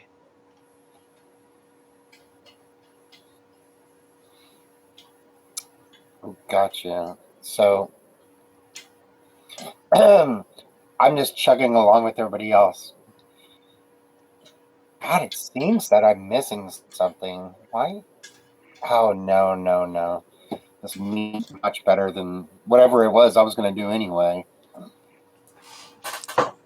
The elf girl who you were talking to earlier comes back over to you, and she looks you right in your eyes, and you can almost feel something different about her eyes. That almost, like, from the difference between her and everyone else is that she has full clarity. She almost she knows exactly what's going on here, but won't say anything about it. I just feel. I got an idea, but I don't. I'm not going to blow it up.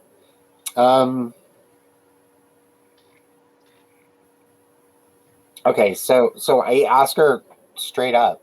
How long is this party supposed to last? Are we supposed to be here this long?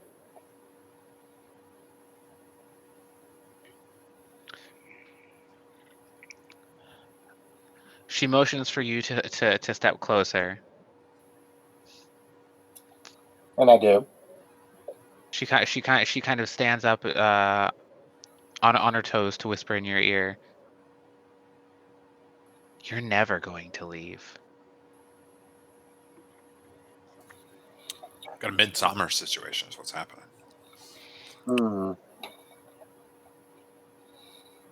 Um,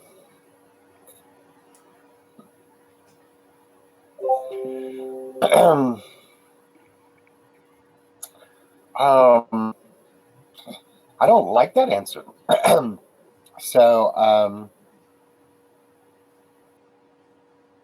I'm going to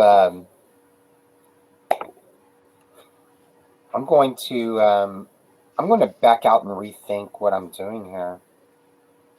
Okay.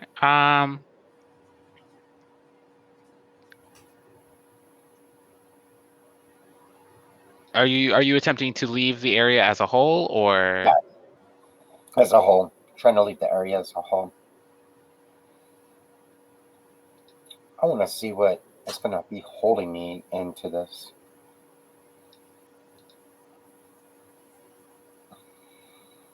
Hang on, I lost all my sound.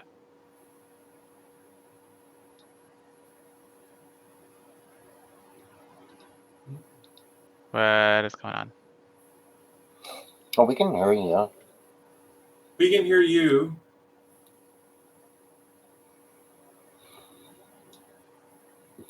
Can you hear us? I appear to have lost sound from y'all. I don't know what's going on. I think it's on my end. I'm going to reload the room. Okay. Can you We hear me? will take a brief break then while Juniper gets set up. We'll be back in just a minute. So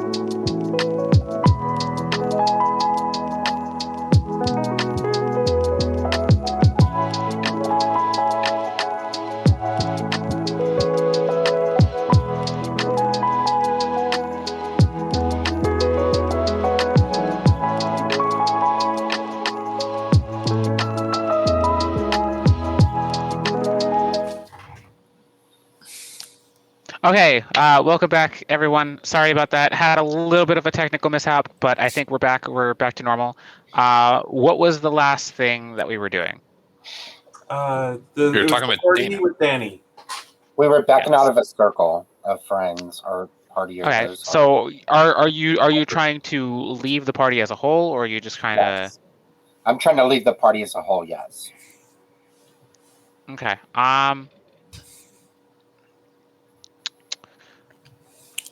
The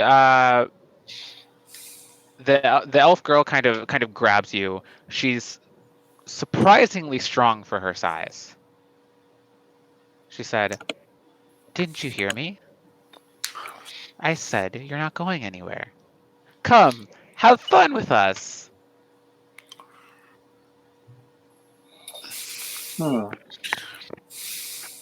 I kind of feel like I'm threatened now. Like she's telling me I can't go anywhere. So, yeah, I'm not liking that too much. So I'm still kind of adamant to try to leave. Okay. Go ahead and make a strength check to try and get out of her grip. Hmm. Ooh, I rolled a natural 20. Okay. So you successfully get out of her grip, and she's kind of taken aback. Are you going to try and get out of there very quickly, or? Yeah, I think I've been there long enough.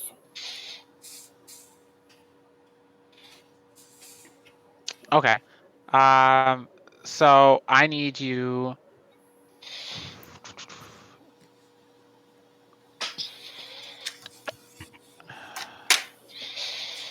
I need you to make me an acrobatics check to try and get out before they can grab you again. Okay, I got a 10. 10? Okay, that should be fine. You managed to get away. And once you get far enough, they kind of just give up and go back to having their party. Okay. Whew, that was fun. Okay. No more partying. So I can just continue down the path, trying to find this cave, so to speak. Still.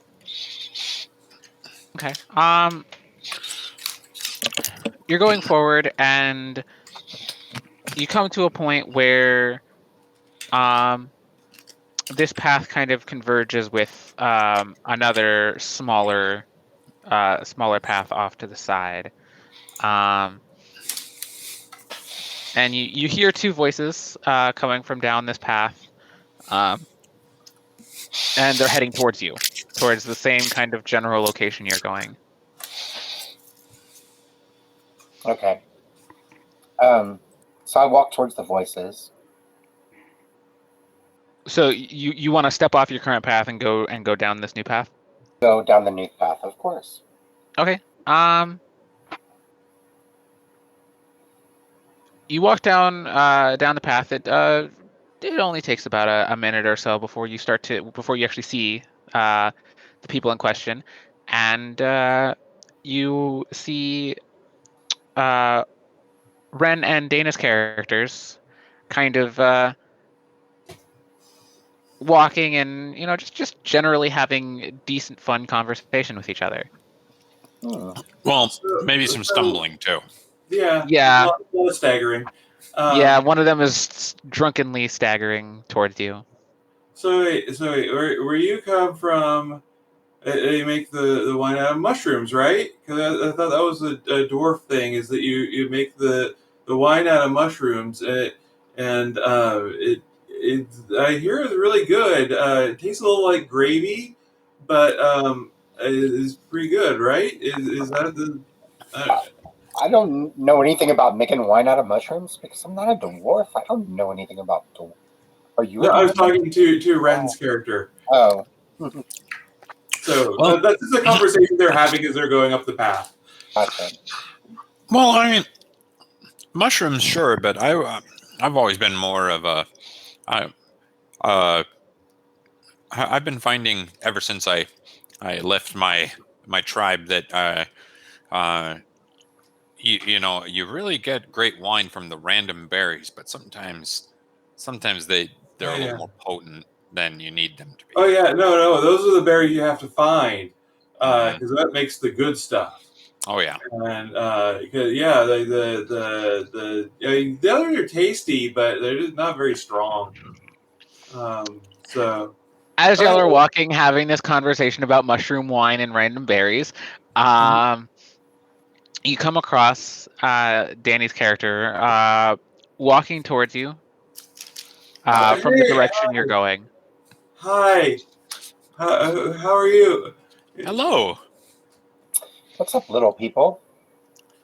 Not much. We're walking up the path here. I'm fairly tall for a dwarf. So She is. She's very, very tall. Yeah. Noted. I mean, She's still like a foot shorter than you, but I'm doing well considering I was magically transported here against my will randomly yesterday. Oh. Yeah. Yeah. I'm assuming magically, because that's the only explanation I have for how I could be transported from one place to another place instantaneously with Wait, were you drinking at the time? Because sometimes that happens to me. Is that I 1 minute I'm one place and the next minute I'm like in another place, but it's like 8 hours later. Oh, I just came from that party that like that right there. Oh, there was a party. Hey, but nah. Should have told her about parties because It's part of my what do you call them? Religious duties. I'm supposed to No, make sure parties are going well and stuff.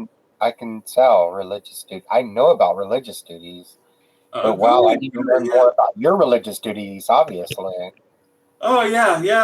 I'll be happy to tell you all about it. Bach is great God. I really like Bacchus. He's great. He's done really well by me, and I try and help out where he wants me to go. So he just kind of guides me where he wants me. It works out really well. Great guy. Anyway, so by the way, hi, I'm Fern. What's your name? my name is Chloe. Hi, I'm Chloe. Kayla. Nice to meet you. Well, it was very good to meet you. Both of you. Yeah, this is Kayla. Chloe, Kayla. And so, what are you doing out here? I don't know. I'm looking for this one place that I was told there could be some great stones in. Did you get a shiny rock too? Rock? No. Well, yeah, in a sense, in jewelry sense, I guess. The only rock that I did get was a ring. Did you get like a box, a really nice, pretty box, and when you opened it up, there was something inside? Yeah, a box like this, and I take out the box with the ring inside it. Oh, okay. Yeah, no, I had a rock inside mine. So did Kayla, but it looks like the same kind of box. Wow. No, that's weird. Pretty ring though. we met an attractive ball of light earlier that eventually took the shape of a person, and this very attractive figure of light told us that should be expecting another person who had a similar stone. Oh yeah, maybe it's you. Similar stuff. Wow. I mean, I have this ring. Maybe there's a stone inside of it. Why don't we Well, check? it's got the big diamond on it. Does the diamond in any way resemble the stones we have?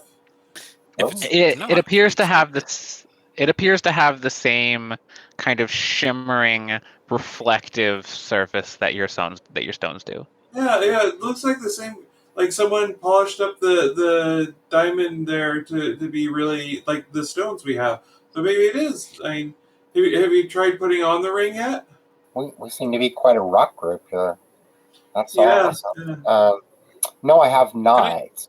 I'm afraid to put the ring on because if I do, who knows what will happen? Maybe it'll turn me to stone. Yeah. I don't want that to happen, right? Could I, Fern? May I see your stone for a second? Sure. I want to compare it to my stone, and Wait. because like yours is a ring, Chloe's is a ring, Uh-huh. and so that's a small stone. But it sounds like Fern's stone is a little bigger. I want to see how it compares to my stone. I investigate. I compare the two stones. Well, All right. I want to compare the two stones, I should say. Go ahead and roll me. Go ahead and roll me nature for this. And that is with my modifier. Nature is a 12. Okay. The stone that that Dana's character received is very similar to yours in a lot of ways. It is slightly bigger than yours, but not by much. And it's a little bit of a different shape. Could I see if it? I want to try and see if it fits into the depression on my sword hilt. The rusty sword that you found? Yeah, the rusty sword that I found. So, in the pommel of this rusty sword, there is that depression, and when you attempt to, are you actively attempting to put it in the pommel, or are you just like trying to compare the size of it relative? I'm actively attempting to put it in. Okay. So as you bring it close to the sword, it kind of, I don't know if sucked is the right word, but it gets basically like drawn into the pommel and rests snugly uh inside the hilt. You Hey, can't seem to remove it. hey, that was my rock. Well, now it's your sword. I don't like swords, but okay. Too pointy. This one's all dirty and gross. All right. Okay. Well, apparently it's a magic thing then. Um. Okay. It might be more valuable as a sword. Oh, okay. I I don't care about that. So does anybody have a way to detect magic in our group here? Not yet. Hmm. I Um, don't know. That comes later. once the stone goes into the sword, it kind of it looks less worn down after that. Uh, it still appears to be used and a little rusty, but it doesn't seem to be as old as it was before. Hmm. Okay. The sword or the you're saying The kind of like changes. the sword as a whole, yes. Okay, the sword as a whole changes. It's less rusty. It's more like usable. Oh my God! The Yes, but it's stone of still it definitely still feels old. Okay, is there anything else that changes about the sword? Like, Go ahead and roll me investigation. I got a. Sorry, I gotta constantly go back and forth here. Investigation. I got a 17. Okay. It definitely it has a different air about it. But you can't really tell that anything has changed apart from the fact that it now has a stone in its pommel and is uh, a bit more. It looks a bit more like it was a sword that somebody has used. Okay. I wonder if hers goes in the ring and mine goes in the sword. I wonder what yours goes into. the light. The Kayla. Hmm. Did you get anything that? So somebody has a ring. Did you find anything? I Fern, always look at stuff. Do you have anything on your person now that you don't remember picking up? Well, yeah, but that's always the case. Okay. But let me check to see if there's anything new. I'll go through my inventory and see if there's anything unusual. Nothing's changed about your inventory. Okay. After a few moments, um, uh, you two, Ren and um, Dana's characters, um, you hear a kind of a familiar giggle, one you've heard recently before. Hey, there she is. Um, this is the light lady that we were telling you about. Hmm. Nice lady. Um, Out from some trees, flies in um, a small fairy girl.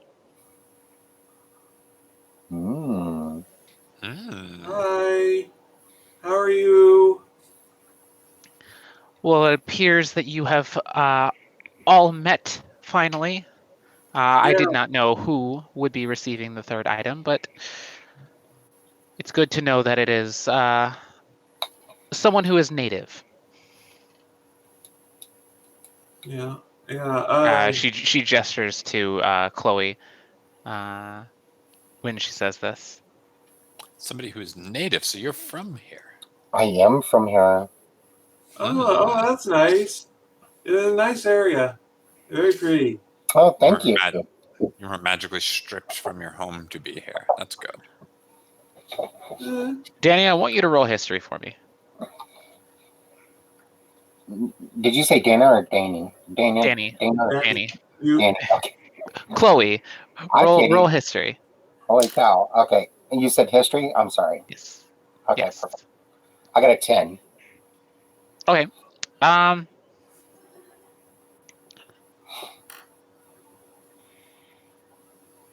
The world around you has not been in the greatest of states. There has been a lot of unrest, and things just aren't the way they usually are. Things are always strange in the Feywilds, but this time things have gotten a bit more hostile.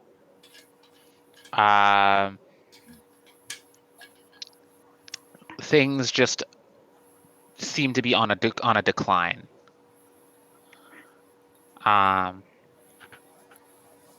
You don't know why things are going so bad, but you do know that the world has been on a low point, so to speak. I've witnessed this earlier between two gentlemen, of course.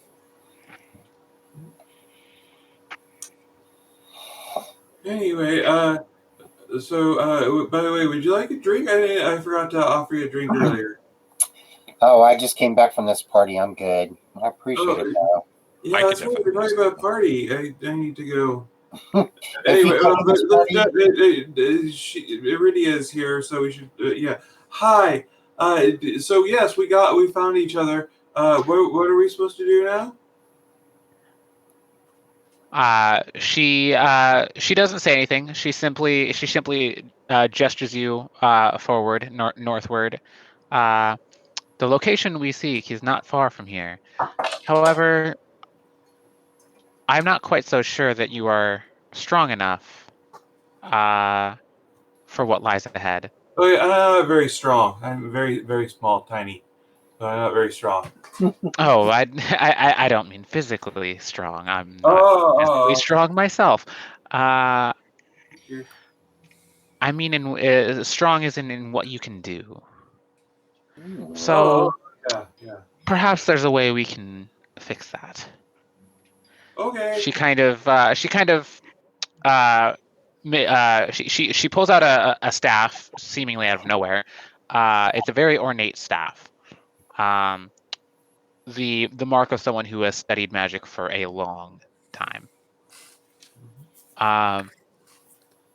And she casts a spell over y'all. And it takes a few moments, but after she's finished, you all feel like you are stronger, more intelligent. Like you're more ready than you were before to handle the kinds of things that are going on. So at this point, y'all can move to your level 3 character sheets. I was gonna say, this sounds a lot like I went to level 3. For our audience who are a little bit confused, I decided for this one shot to have all of my players make a couple different versions of their characters, so that way they can have a bit more variety. So we're not stuck with level 1 characters for the entire one shot. Hey, you should ask people before you cast spells on them and stuff. I mean, this one seems like a pretty good one, but just it's polite to get consent. I almost casted shield on myself. Yeah, see, that who knows what that would have done. You're lucky my agility was too low. Anyway, so what did you made? I feel weird. You should be more ready to handle the challenges ahead now. Yeah. Okay. All right. So, what are the challenges ahead? I keep asking, you don't say. You'll find out soon enough. Okay. I feel like I learned 2 new spells. Well, all right. Well, we should probably get going to face the challenges and do the good thing and stuff. Unless there's something more you want to tell us, or spells you want to cast on us or stuff. She just gets to speak for us because it's just the greatest delight. Just me.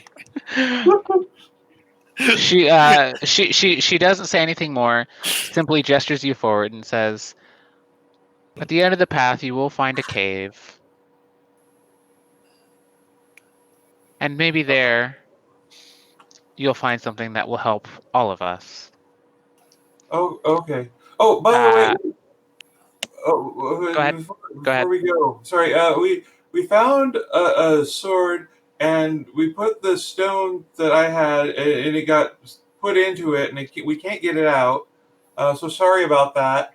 Uh, but were we supposed to do that? And because we don't have anything to put her Kayla's stone into. With luck, Yes. you will find exactly what you need when you reach your destination. Okay. She then does a little flourish with her staff and disappears. Before I had a chance to ask her if I could message her later. You're really trying to get in the DMs of this fairy girl, aren't you? It's my destiny. I mean, I just got the message spell, I believe, with my. Nope, I don't have it yet. Okay, never mind. I don't have it yet.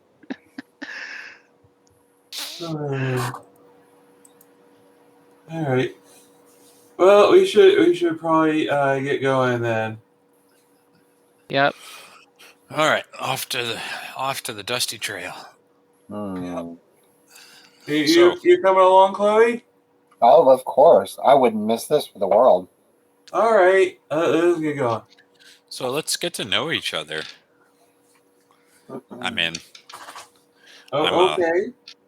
Well, we've been talking, and I'm Fern and stuff. Or wait, are you talking to Chloe? I'm talking to all of us. I mean, I've been getting to know you for quite a while, so mainly Chloe at this point. Yeah. So Chloe, where you're from around here? Absolutely. I grew up here. Oh, that's nice. I'm part of the religious culture here. Oh. Kind of took after my hero in pursuing the religious side and stuff and portion to that person. Oh, and any one in particular? Oh, yes. Well, I mean, she's a prominent part of the religious factor here. No, I mean, do you follow any particular god or something? Because I grew up in a monastery that was dedicated to Bacchus, and so we followed his teachings, and well, they're more mumblings and kind of slurred. But anyway, we do what he wants us to do and stuff. So do you do that, or are you sort of more of a general? No, I follow the god of Helm, a god named Helm, which is the god of protection. So well, that's good. Yeah. that is my deity and our religious factor that we do. Absolutely. Very nice. Very nice. Yeah.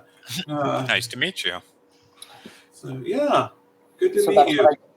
that's what I do. I help people. I cure people. I protect people. Nice. Yeah. No, like I say, I was from a monastery, and then one night we were just worshiping maybe a little too hard, and then the next day I woke up and I was in this field and I didn't know how to get back to the monastery, and I figured that was a sign from Bacchus that I should be out doing stuff and helping people, and so that's what I did, and yeah, and all sorts of things that happened, and I there was one night where I was at a tavern and I left the tavern and these two guys were being all mean and stuff, and there was a fight, and like the belt on my robe got broken, and long story short, I'm a girl now, and then and then I was in a different tavern, and then I got the rock, and then I was here, and so yeah, a lot of things have happened. Sounds like an interesting life you lead. Yeah. It's I feel like I want to take a page out of her book especially with the alcohol. Yeah, no, Bacchus wants the alcohol is a sign that Bacchus loves us and wants us to be happy, and I can so see that. I spread the happiness he wants to spread as far as I can, and make sure that people are able to be happy and celebrate and enjoy life. Wow. I'm Kayla. Perhaps Well, I'm with our little Kayla, and I'm part of a hill dwarf tribe. Uh-huh. I have no idea in where in comparison to this area because I was transported here magically. But I was part of the city watch, and then just trying to earn a place, make my mark make my mark on my tribe, and then I discovered I had wild magic sorcery powers and was exiled. So I've just kind of been wandering, roaming, hoping to get control of all of this Kayla-ness that's happening, and so that my tribe will let me back in. And someday I hope it'll actually happen. Yeah, that'd be. I hope they do. And if there's anything I can do to help, let me know. Okay. As y'all are walking, y'all aren't really paying too much attention to the road, and you don't realize that you stumble on three wolves, finishing up their latest kill, and you kind of stumble in, and all three of them perk up, and they look at you and they start growling. Puppies. Roll initiative. All right. puppies. I got an 11. I got a natural 20. All right. Ooh. I got a 10. Okay, so let me just write these down. So who got the 11? I did, Danny. Okay. Ren, you got a nat 20. What's the actual full result of initiative? Give me a second. Sorry. So add your dex bonus to that. Mhm.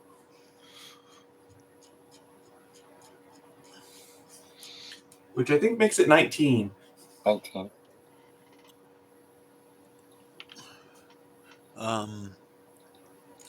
Gosh dang it. Am I doing this wrong? What am I?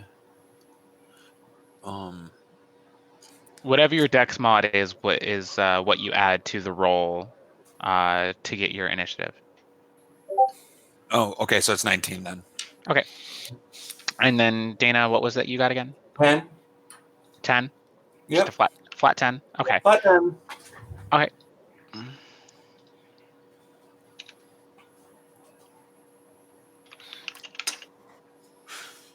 I'll be just a second. Okay. What you like?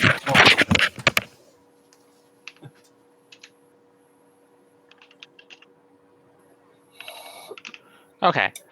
Puppies. I will just do that. Okay.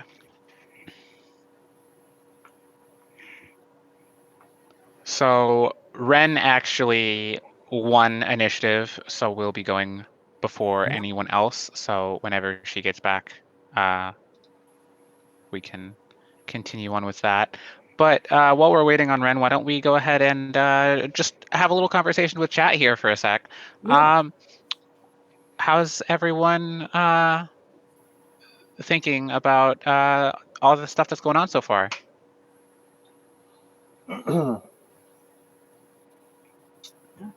I really feel like my religious character needs to turn water into wine for Fern. I think that would be beneficial.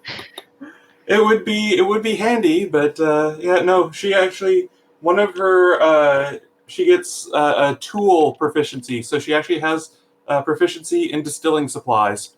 Oh Lord have mercy. So, Perhaps after we walk the dogs, you'll be able to partake in that. yes. I like that. We pause this combat for conversation. What's a nat 20? Nat 20 means when you roll a d20, you get the highest number before any modifiers. Yeah. So, and usually that's when you're rolling to attack, that's a critical hit, or when you roll for a skill, it usually means you succeed or succeed really well.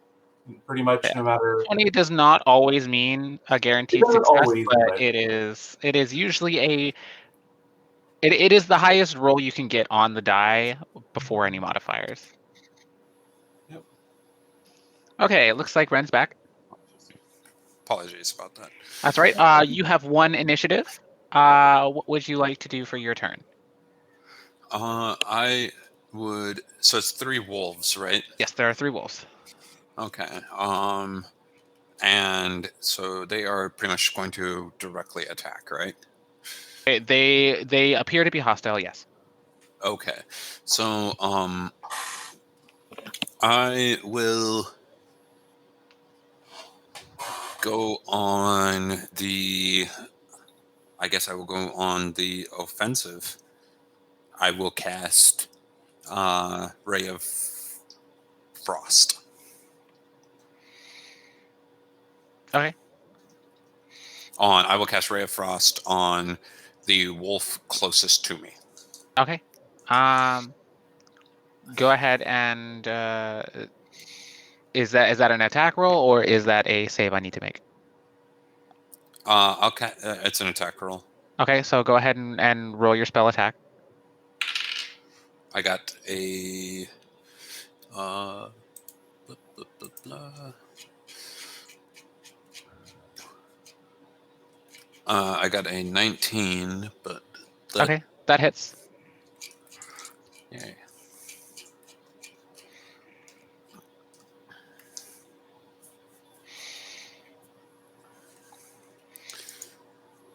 Dun, dun, dun, dun, dun, dun, dun, dun, dun.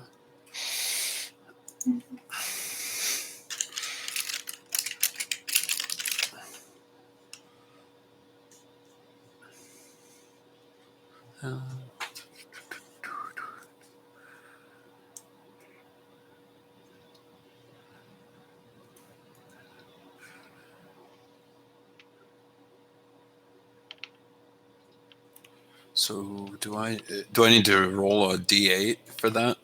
You successfully hit, so you have to roll whatever the damage dice is. It should be in your spell. It should be in your spell to tell you what you roll for damage. Oh, okay. So for the damage, okay, yeah. Yeah, for like under the description of Ray of Frost, it should tell you how it works. Okay. 1d8. Yeah. Okay. Okay. Well, plus you have a spell modifier too, or a spell attack. So it's or a modifier. I'm sorry. yeah, So but you don't have that. Yeah, you don't add that to damage from spells. Oh, okay. Okay, I got a 7 on the d8. Okay, so you have dealt 7 damage to this this wolf. It is not happy with you. Yep, and its speed is reduced by 10 feet until the start of her next Mhm. turn. Okay.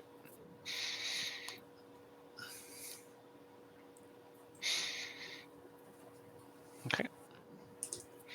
All right. Next, the one of the wolves will go. It is going to attempt to bite Dana. Okay. So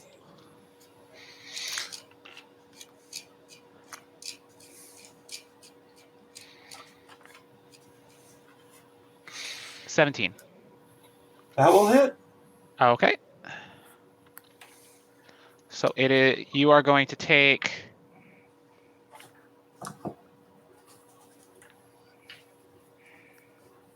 Ouch.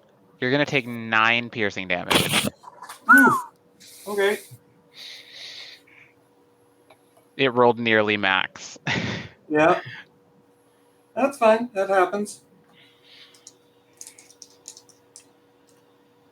All right. So that was the first wolf. Next is going to be Danny's turn. Okay, how far is Dana's character from mine? You are all next to each other, so you're all within about 5 feet of each other. Okay. 5 feet. So okay. I'm going to cast I'm gonna go ahead and cast Cure Wounds onto Dana. Okay. Roll for healing.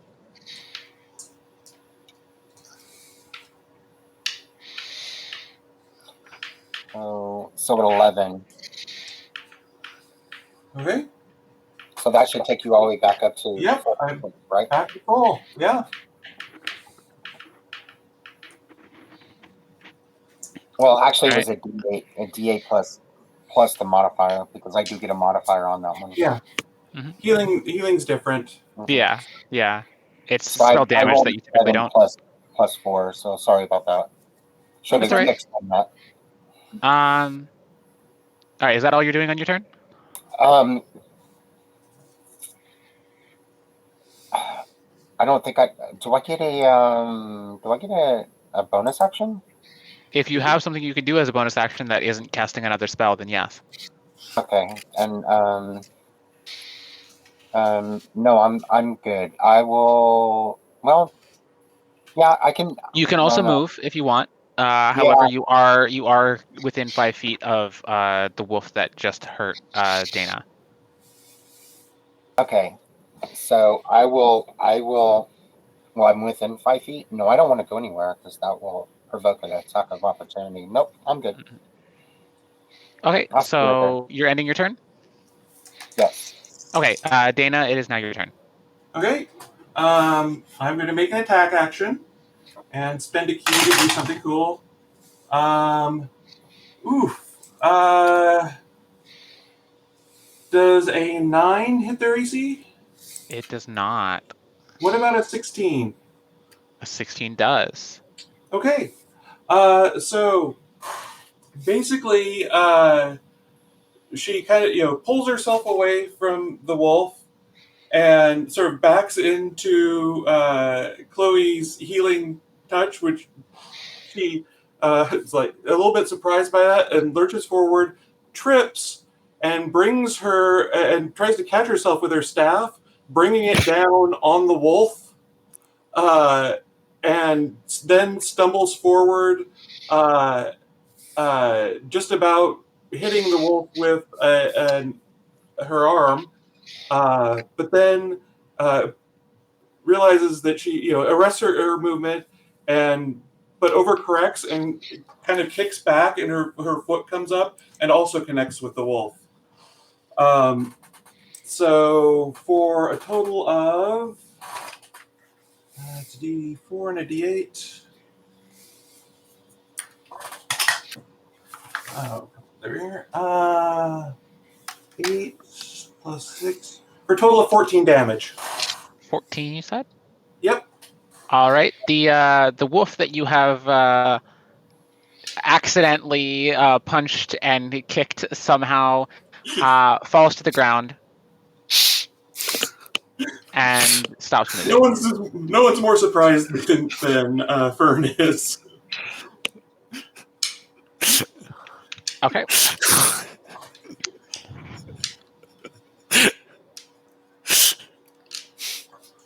Next is another wolf. This wolf was the one that was kind of in the middle of the three, the one that was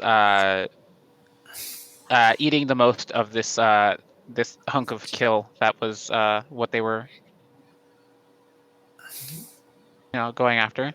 And this wolf is going to go right after Danny.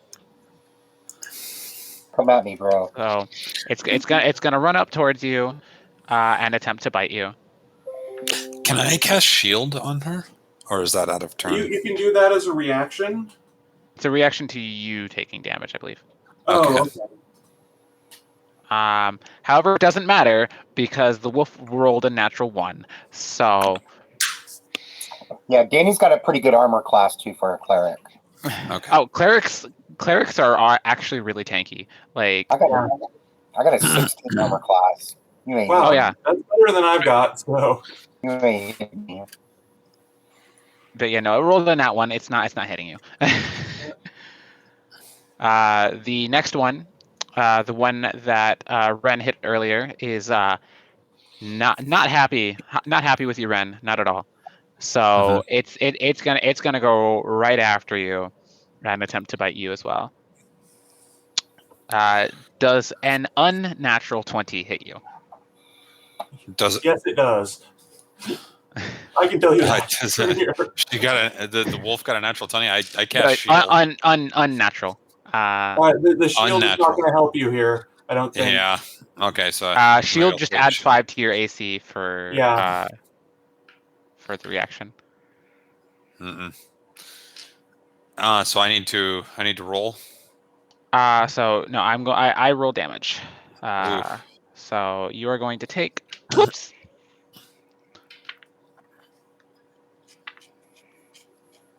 You are going to take 7 piercing damage. Oof. Oof.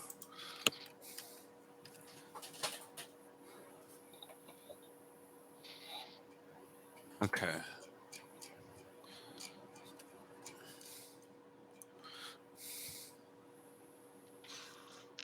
And then now it comes back to the top of round, and it is your turn again, Ren.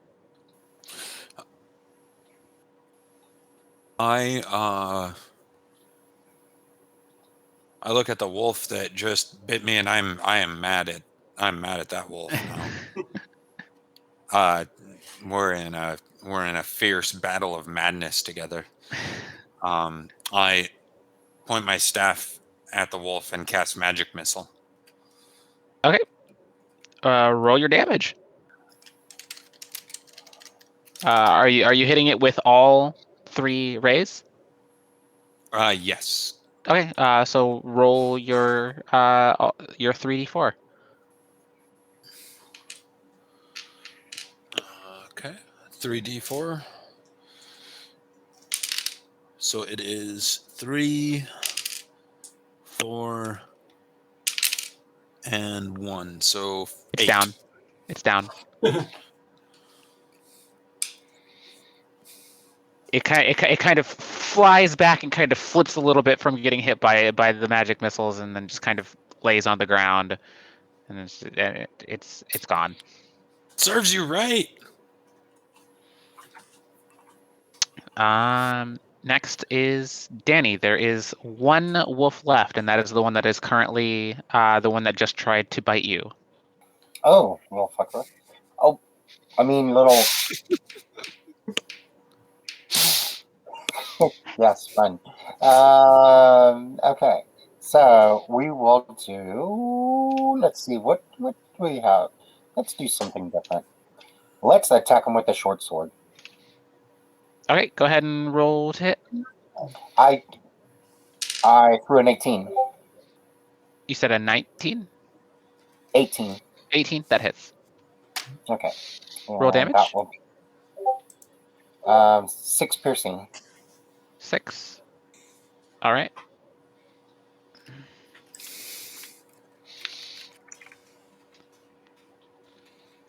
It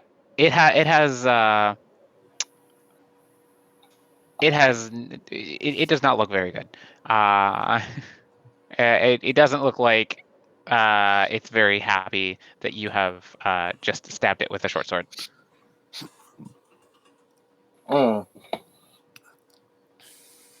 That's basically. Well, I can. No, I'm good. That's all I can Okay. Okay. Then we go over to Dana. Okay. So I'm gonna roll these all at the same time, but they may be attacks on different critters, if that's okay. There's only one critter left. Oh, there is. Okay.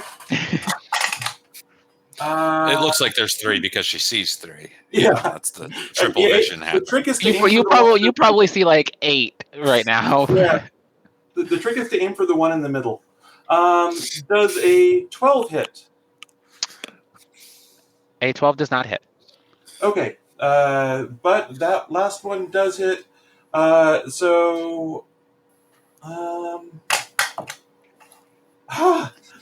is the worst roll ever.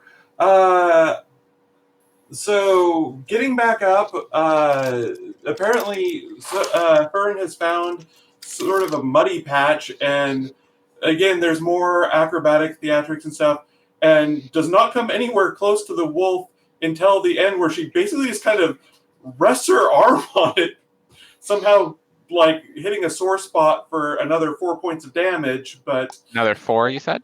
4. Okay. However, apparently she's leaning on something that's really sore, and the wolf has to make a dex saving throw. Okay, let me.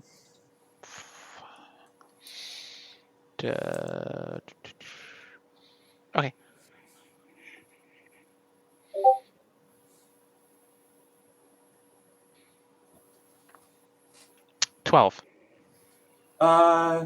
That's exactly what it needed to make.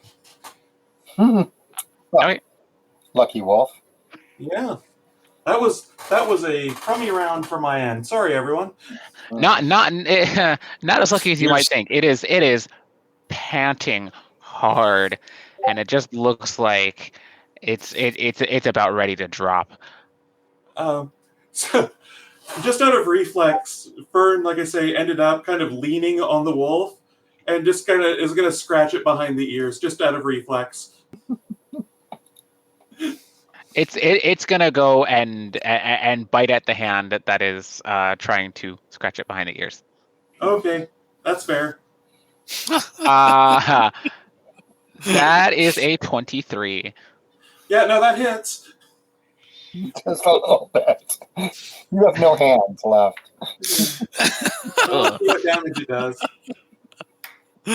That's 7 piercing. So that's fine. Yeah.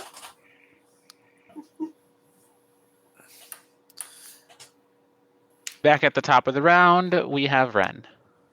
I strike. I attack with my staff. Just a Regular attack. Okay, so melee attack with your quarterstaff. Yes. Okay, go ahead. And give me a second. Okay, so shoot. Quarterstaff is a simple weapon with which you're most likely proficient. It would be a roll plus your strength modifier plus your proficiency.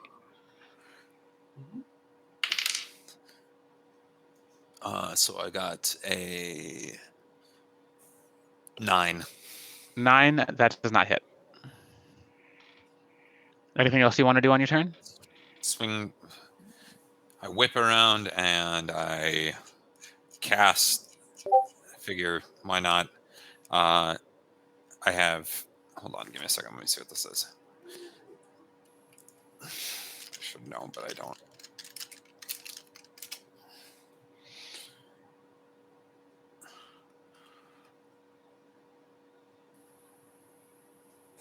Okay, so I try to. So then, can I try to use Shocking Grasp instead? You only get one action. You get one Okay, action one and action, then- one action and one bonus action. So you've already used an action this turn. So you can do anything that is a bonus action. I don't have any bonus action, so I think I'm good. Okay. I swung wildly and missed. Okay, so we move on to Danny. Danny is going to cast Inflict Wounds on the wolf. wolf. Okay. That's overkill, but okay. Go big or go home. Yeah. Go ahead and make your melee spell attack. Some bitch didn't die when I hit him with my short story last time. He's going to this time, I promise.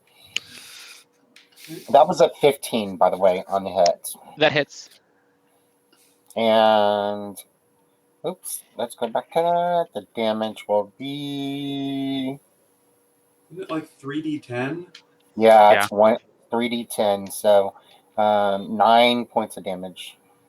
Yeah. Inflict wounds is one of the best combat spells in the game. Oh, yeah. I And wanted to show off right at the beginning. You know how it is. okay. Well, you only needed to deal 1 damage to it, Mm-hmm. so it's gone. It's better than dead. And then as my bonus action, I do want to channel divinity, and I will split between 15 hit points between the two. Well, actually, we'll do it 14 hit points between the two. So both of the characters get 7 hit points. Like that. Not to be a huge nerd, but isn't that the one where they have to be below half health for it to work? They don't have to be. You can't restore more than half of its maximum hit points, though. Oh, okay. Because I don't think either of us are below half. Anyone's below half health. Which is this life cleric? Yeah, it's a life cleric. It just says in action you can restore 15 hit points, choose any creatures within 30 foot of you, and divide those hit points among them. This feature can restore a creature to no more than half of its maximum hit points. So yeah, that sounds about right. Yeah. Pulling out the book. So you can use this feature on a. You can't use this feature on undead or a construct. Yeah. No, I had always interpreted that as it only restores them up to half of their health, and if you do it on someone who's already Let me just real quick read it, and I will. Yep. And by the way, it sounds like people have to go after this. Mm-hmm. I will wrap this up very quickly. Okay. Our long beleaguered director has many. Yes. I will. I'm just gonna double check the wording on the channel divinity you were talking about. So this is life cleric.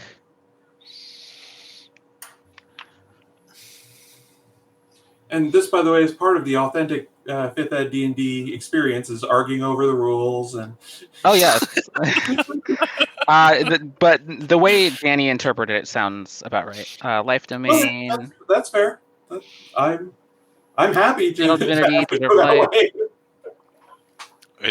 It makes me think of the in the Order of the Stick comic, and like the wizards fighting with the evil wizard, and like, aren't you okay? So the way I'm interpreting this is basically whatever half of your hit point maximum is, that's the maximum amount of healing you can receive from this feature. Fair enough. Sounds good. So. All right. So, since we've got to wrap this up quickly, we'll speed forward a little bit. You are now at the entrance to this cave. And we found it. You hear kind of a whispering coming from, kind of compelling you to go forward. Okay. Do you all enter the cave?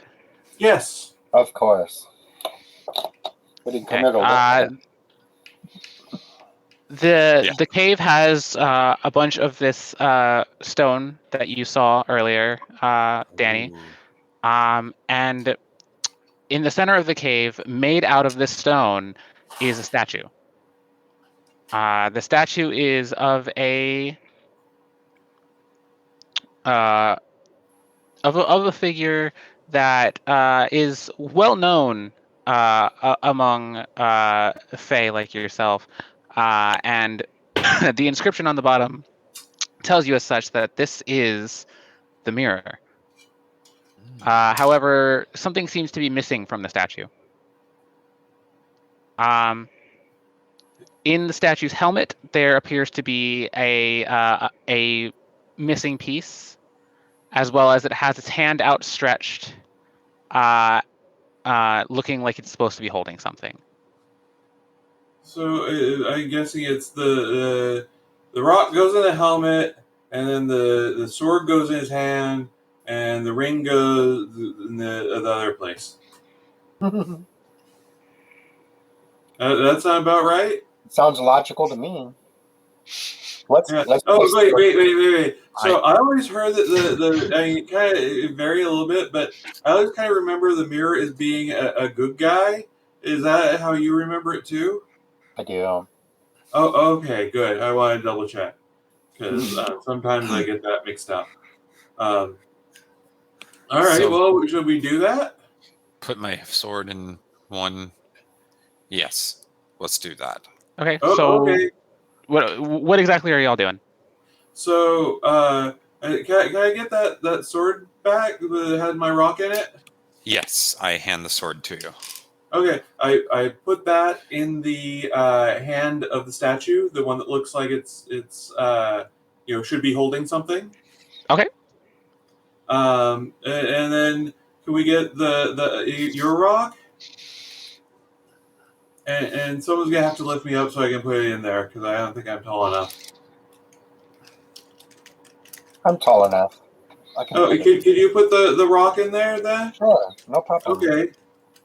And then so does it act like the other rock did with the sword? Juniper? I'll get to how everything affects the statue after you finish. Okay. Okay. And And then I then place the ring in the position that it's left over. So, as Ren brings up the sword to the statue's hand, the fingers of the statue curl around it subtly. You don't quite really notice it, but you do know that it takes the sword, and now you can no longer remove the sword from its grip. Bringing the smaller stone up to the statue's helmet,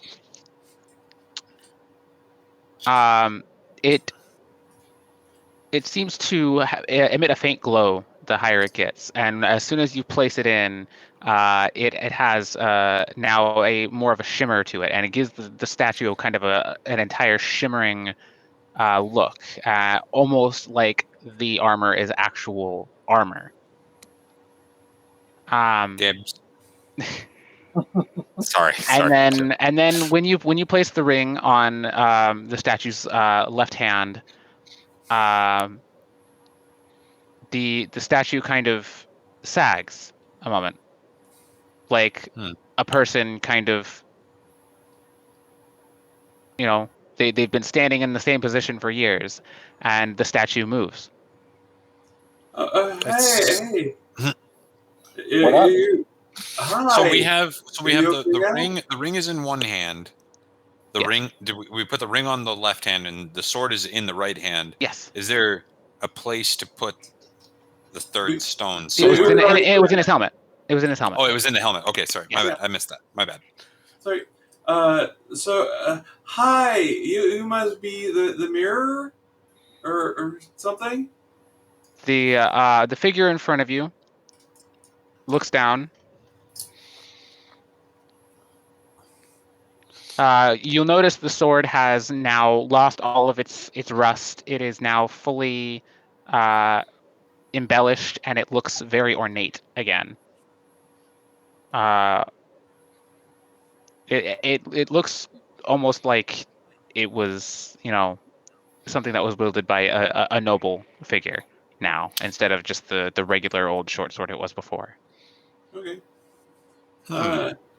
I Hi. bet it's worth a lot more now.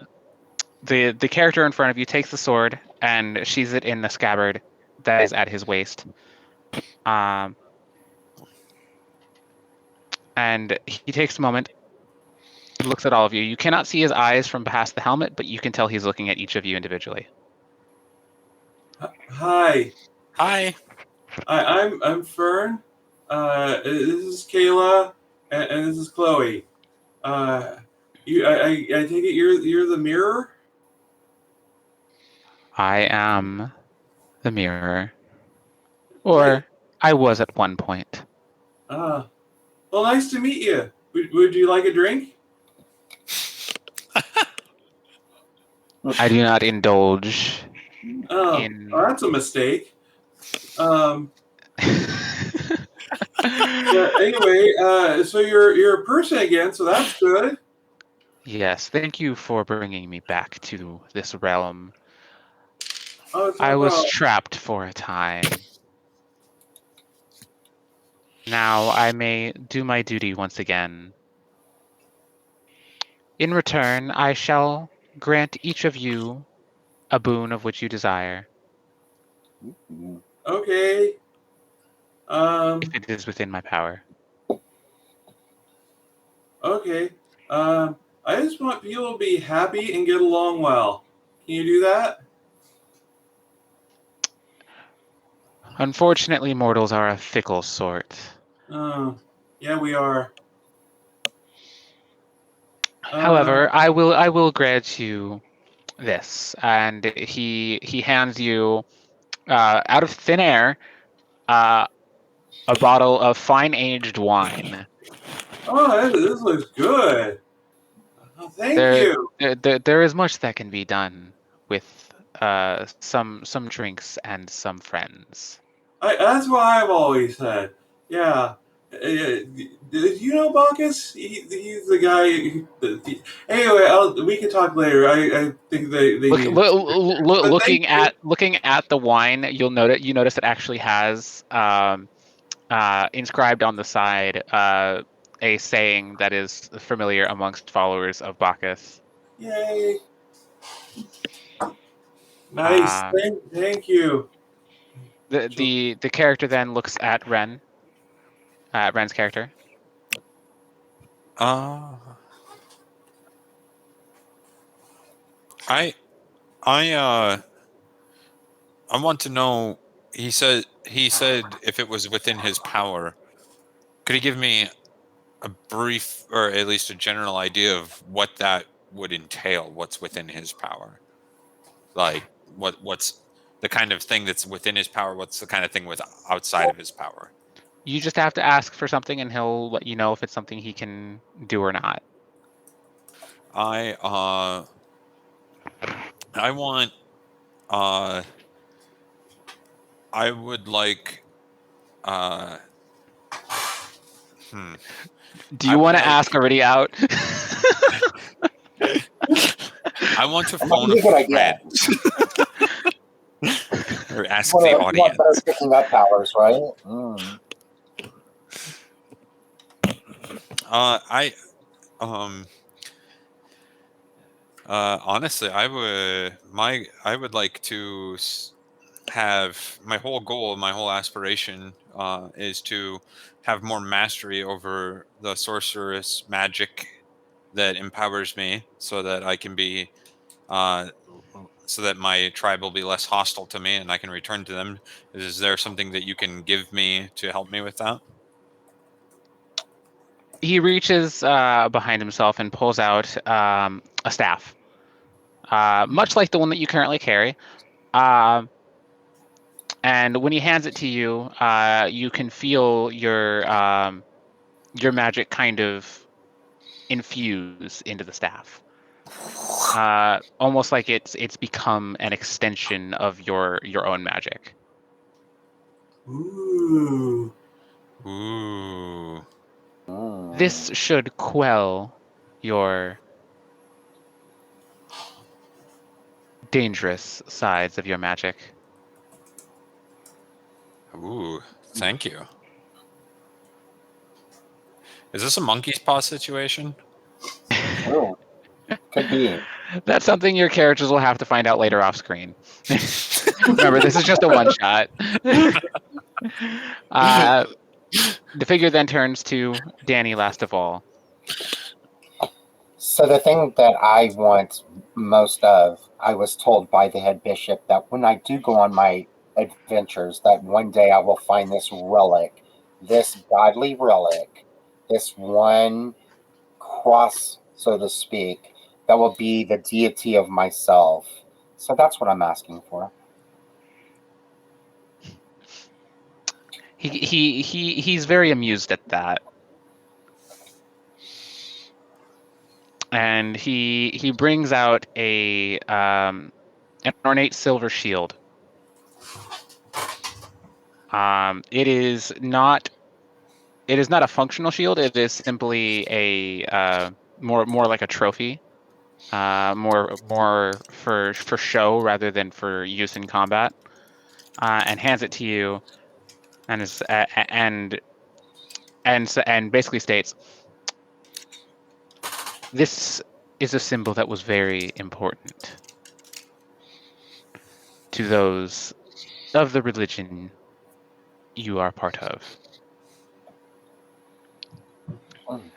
Any who worship in the church this shield hangs shall not come to harm while they are within its walls.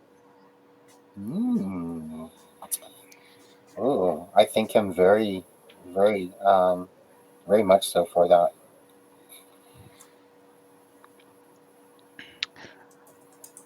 Thank you once more, you three. And I hope one day this realm will go back to the light it had before. Now, if you wish, I can send you home. Oh, do you know where a monastery is? Or wait, no, because if Fox don't want me, yeah, I don't know. Yeah, I guess. So your character wants to go back home to No, your actually, native she plane. doesn't. That was her first thought was, oh, do you know how to get to the monastery? But then she realized, no, that Bacchus didn't want her at the monastery, so she didn't necessarily. So she wants to go where Bacchus wants her to go. So you wish to stay here and assist? I'm supposed to go where Bacchus leads me, and if he wants me to be here, then I should be here, and if he wants me to be somewhere else, I'll go. I'll be somewhere else. Very well. And you two? Well, I believe that I need to go back to my faction right now, and tell the good news. Show the idol that I'm bringing back to them, to keep them in peace and to keep them protected. He touches you very lightly on the forehead, and you now have a sense of direction exactly how to get back home Perfect. from where you currently are. And what about You, little dwarf woman? I am in a similar predicament. My goal was to gain more mastery over my my sorcerer's powers, so that my tribe will be more accepting of me and not so scared of me. Now that I have something to help me with that, I want to start making my way back home, so that I can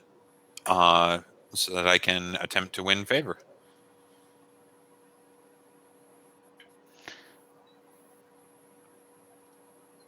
He reaches out and puts his hand on your shoulder, and everything around you kind of whooshes past, and you find yourself back in front of your home, where you knew long ago. Bye, Kayla. Mhm. Bye. I have a feeling we'll see each other again. That would be nice.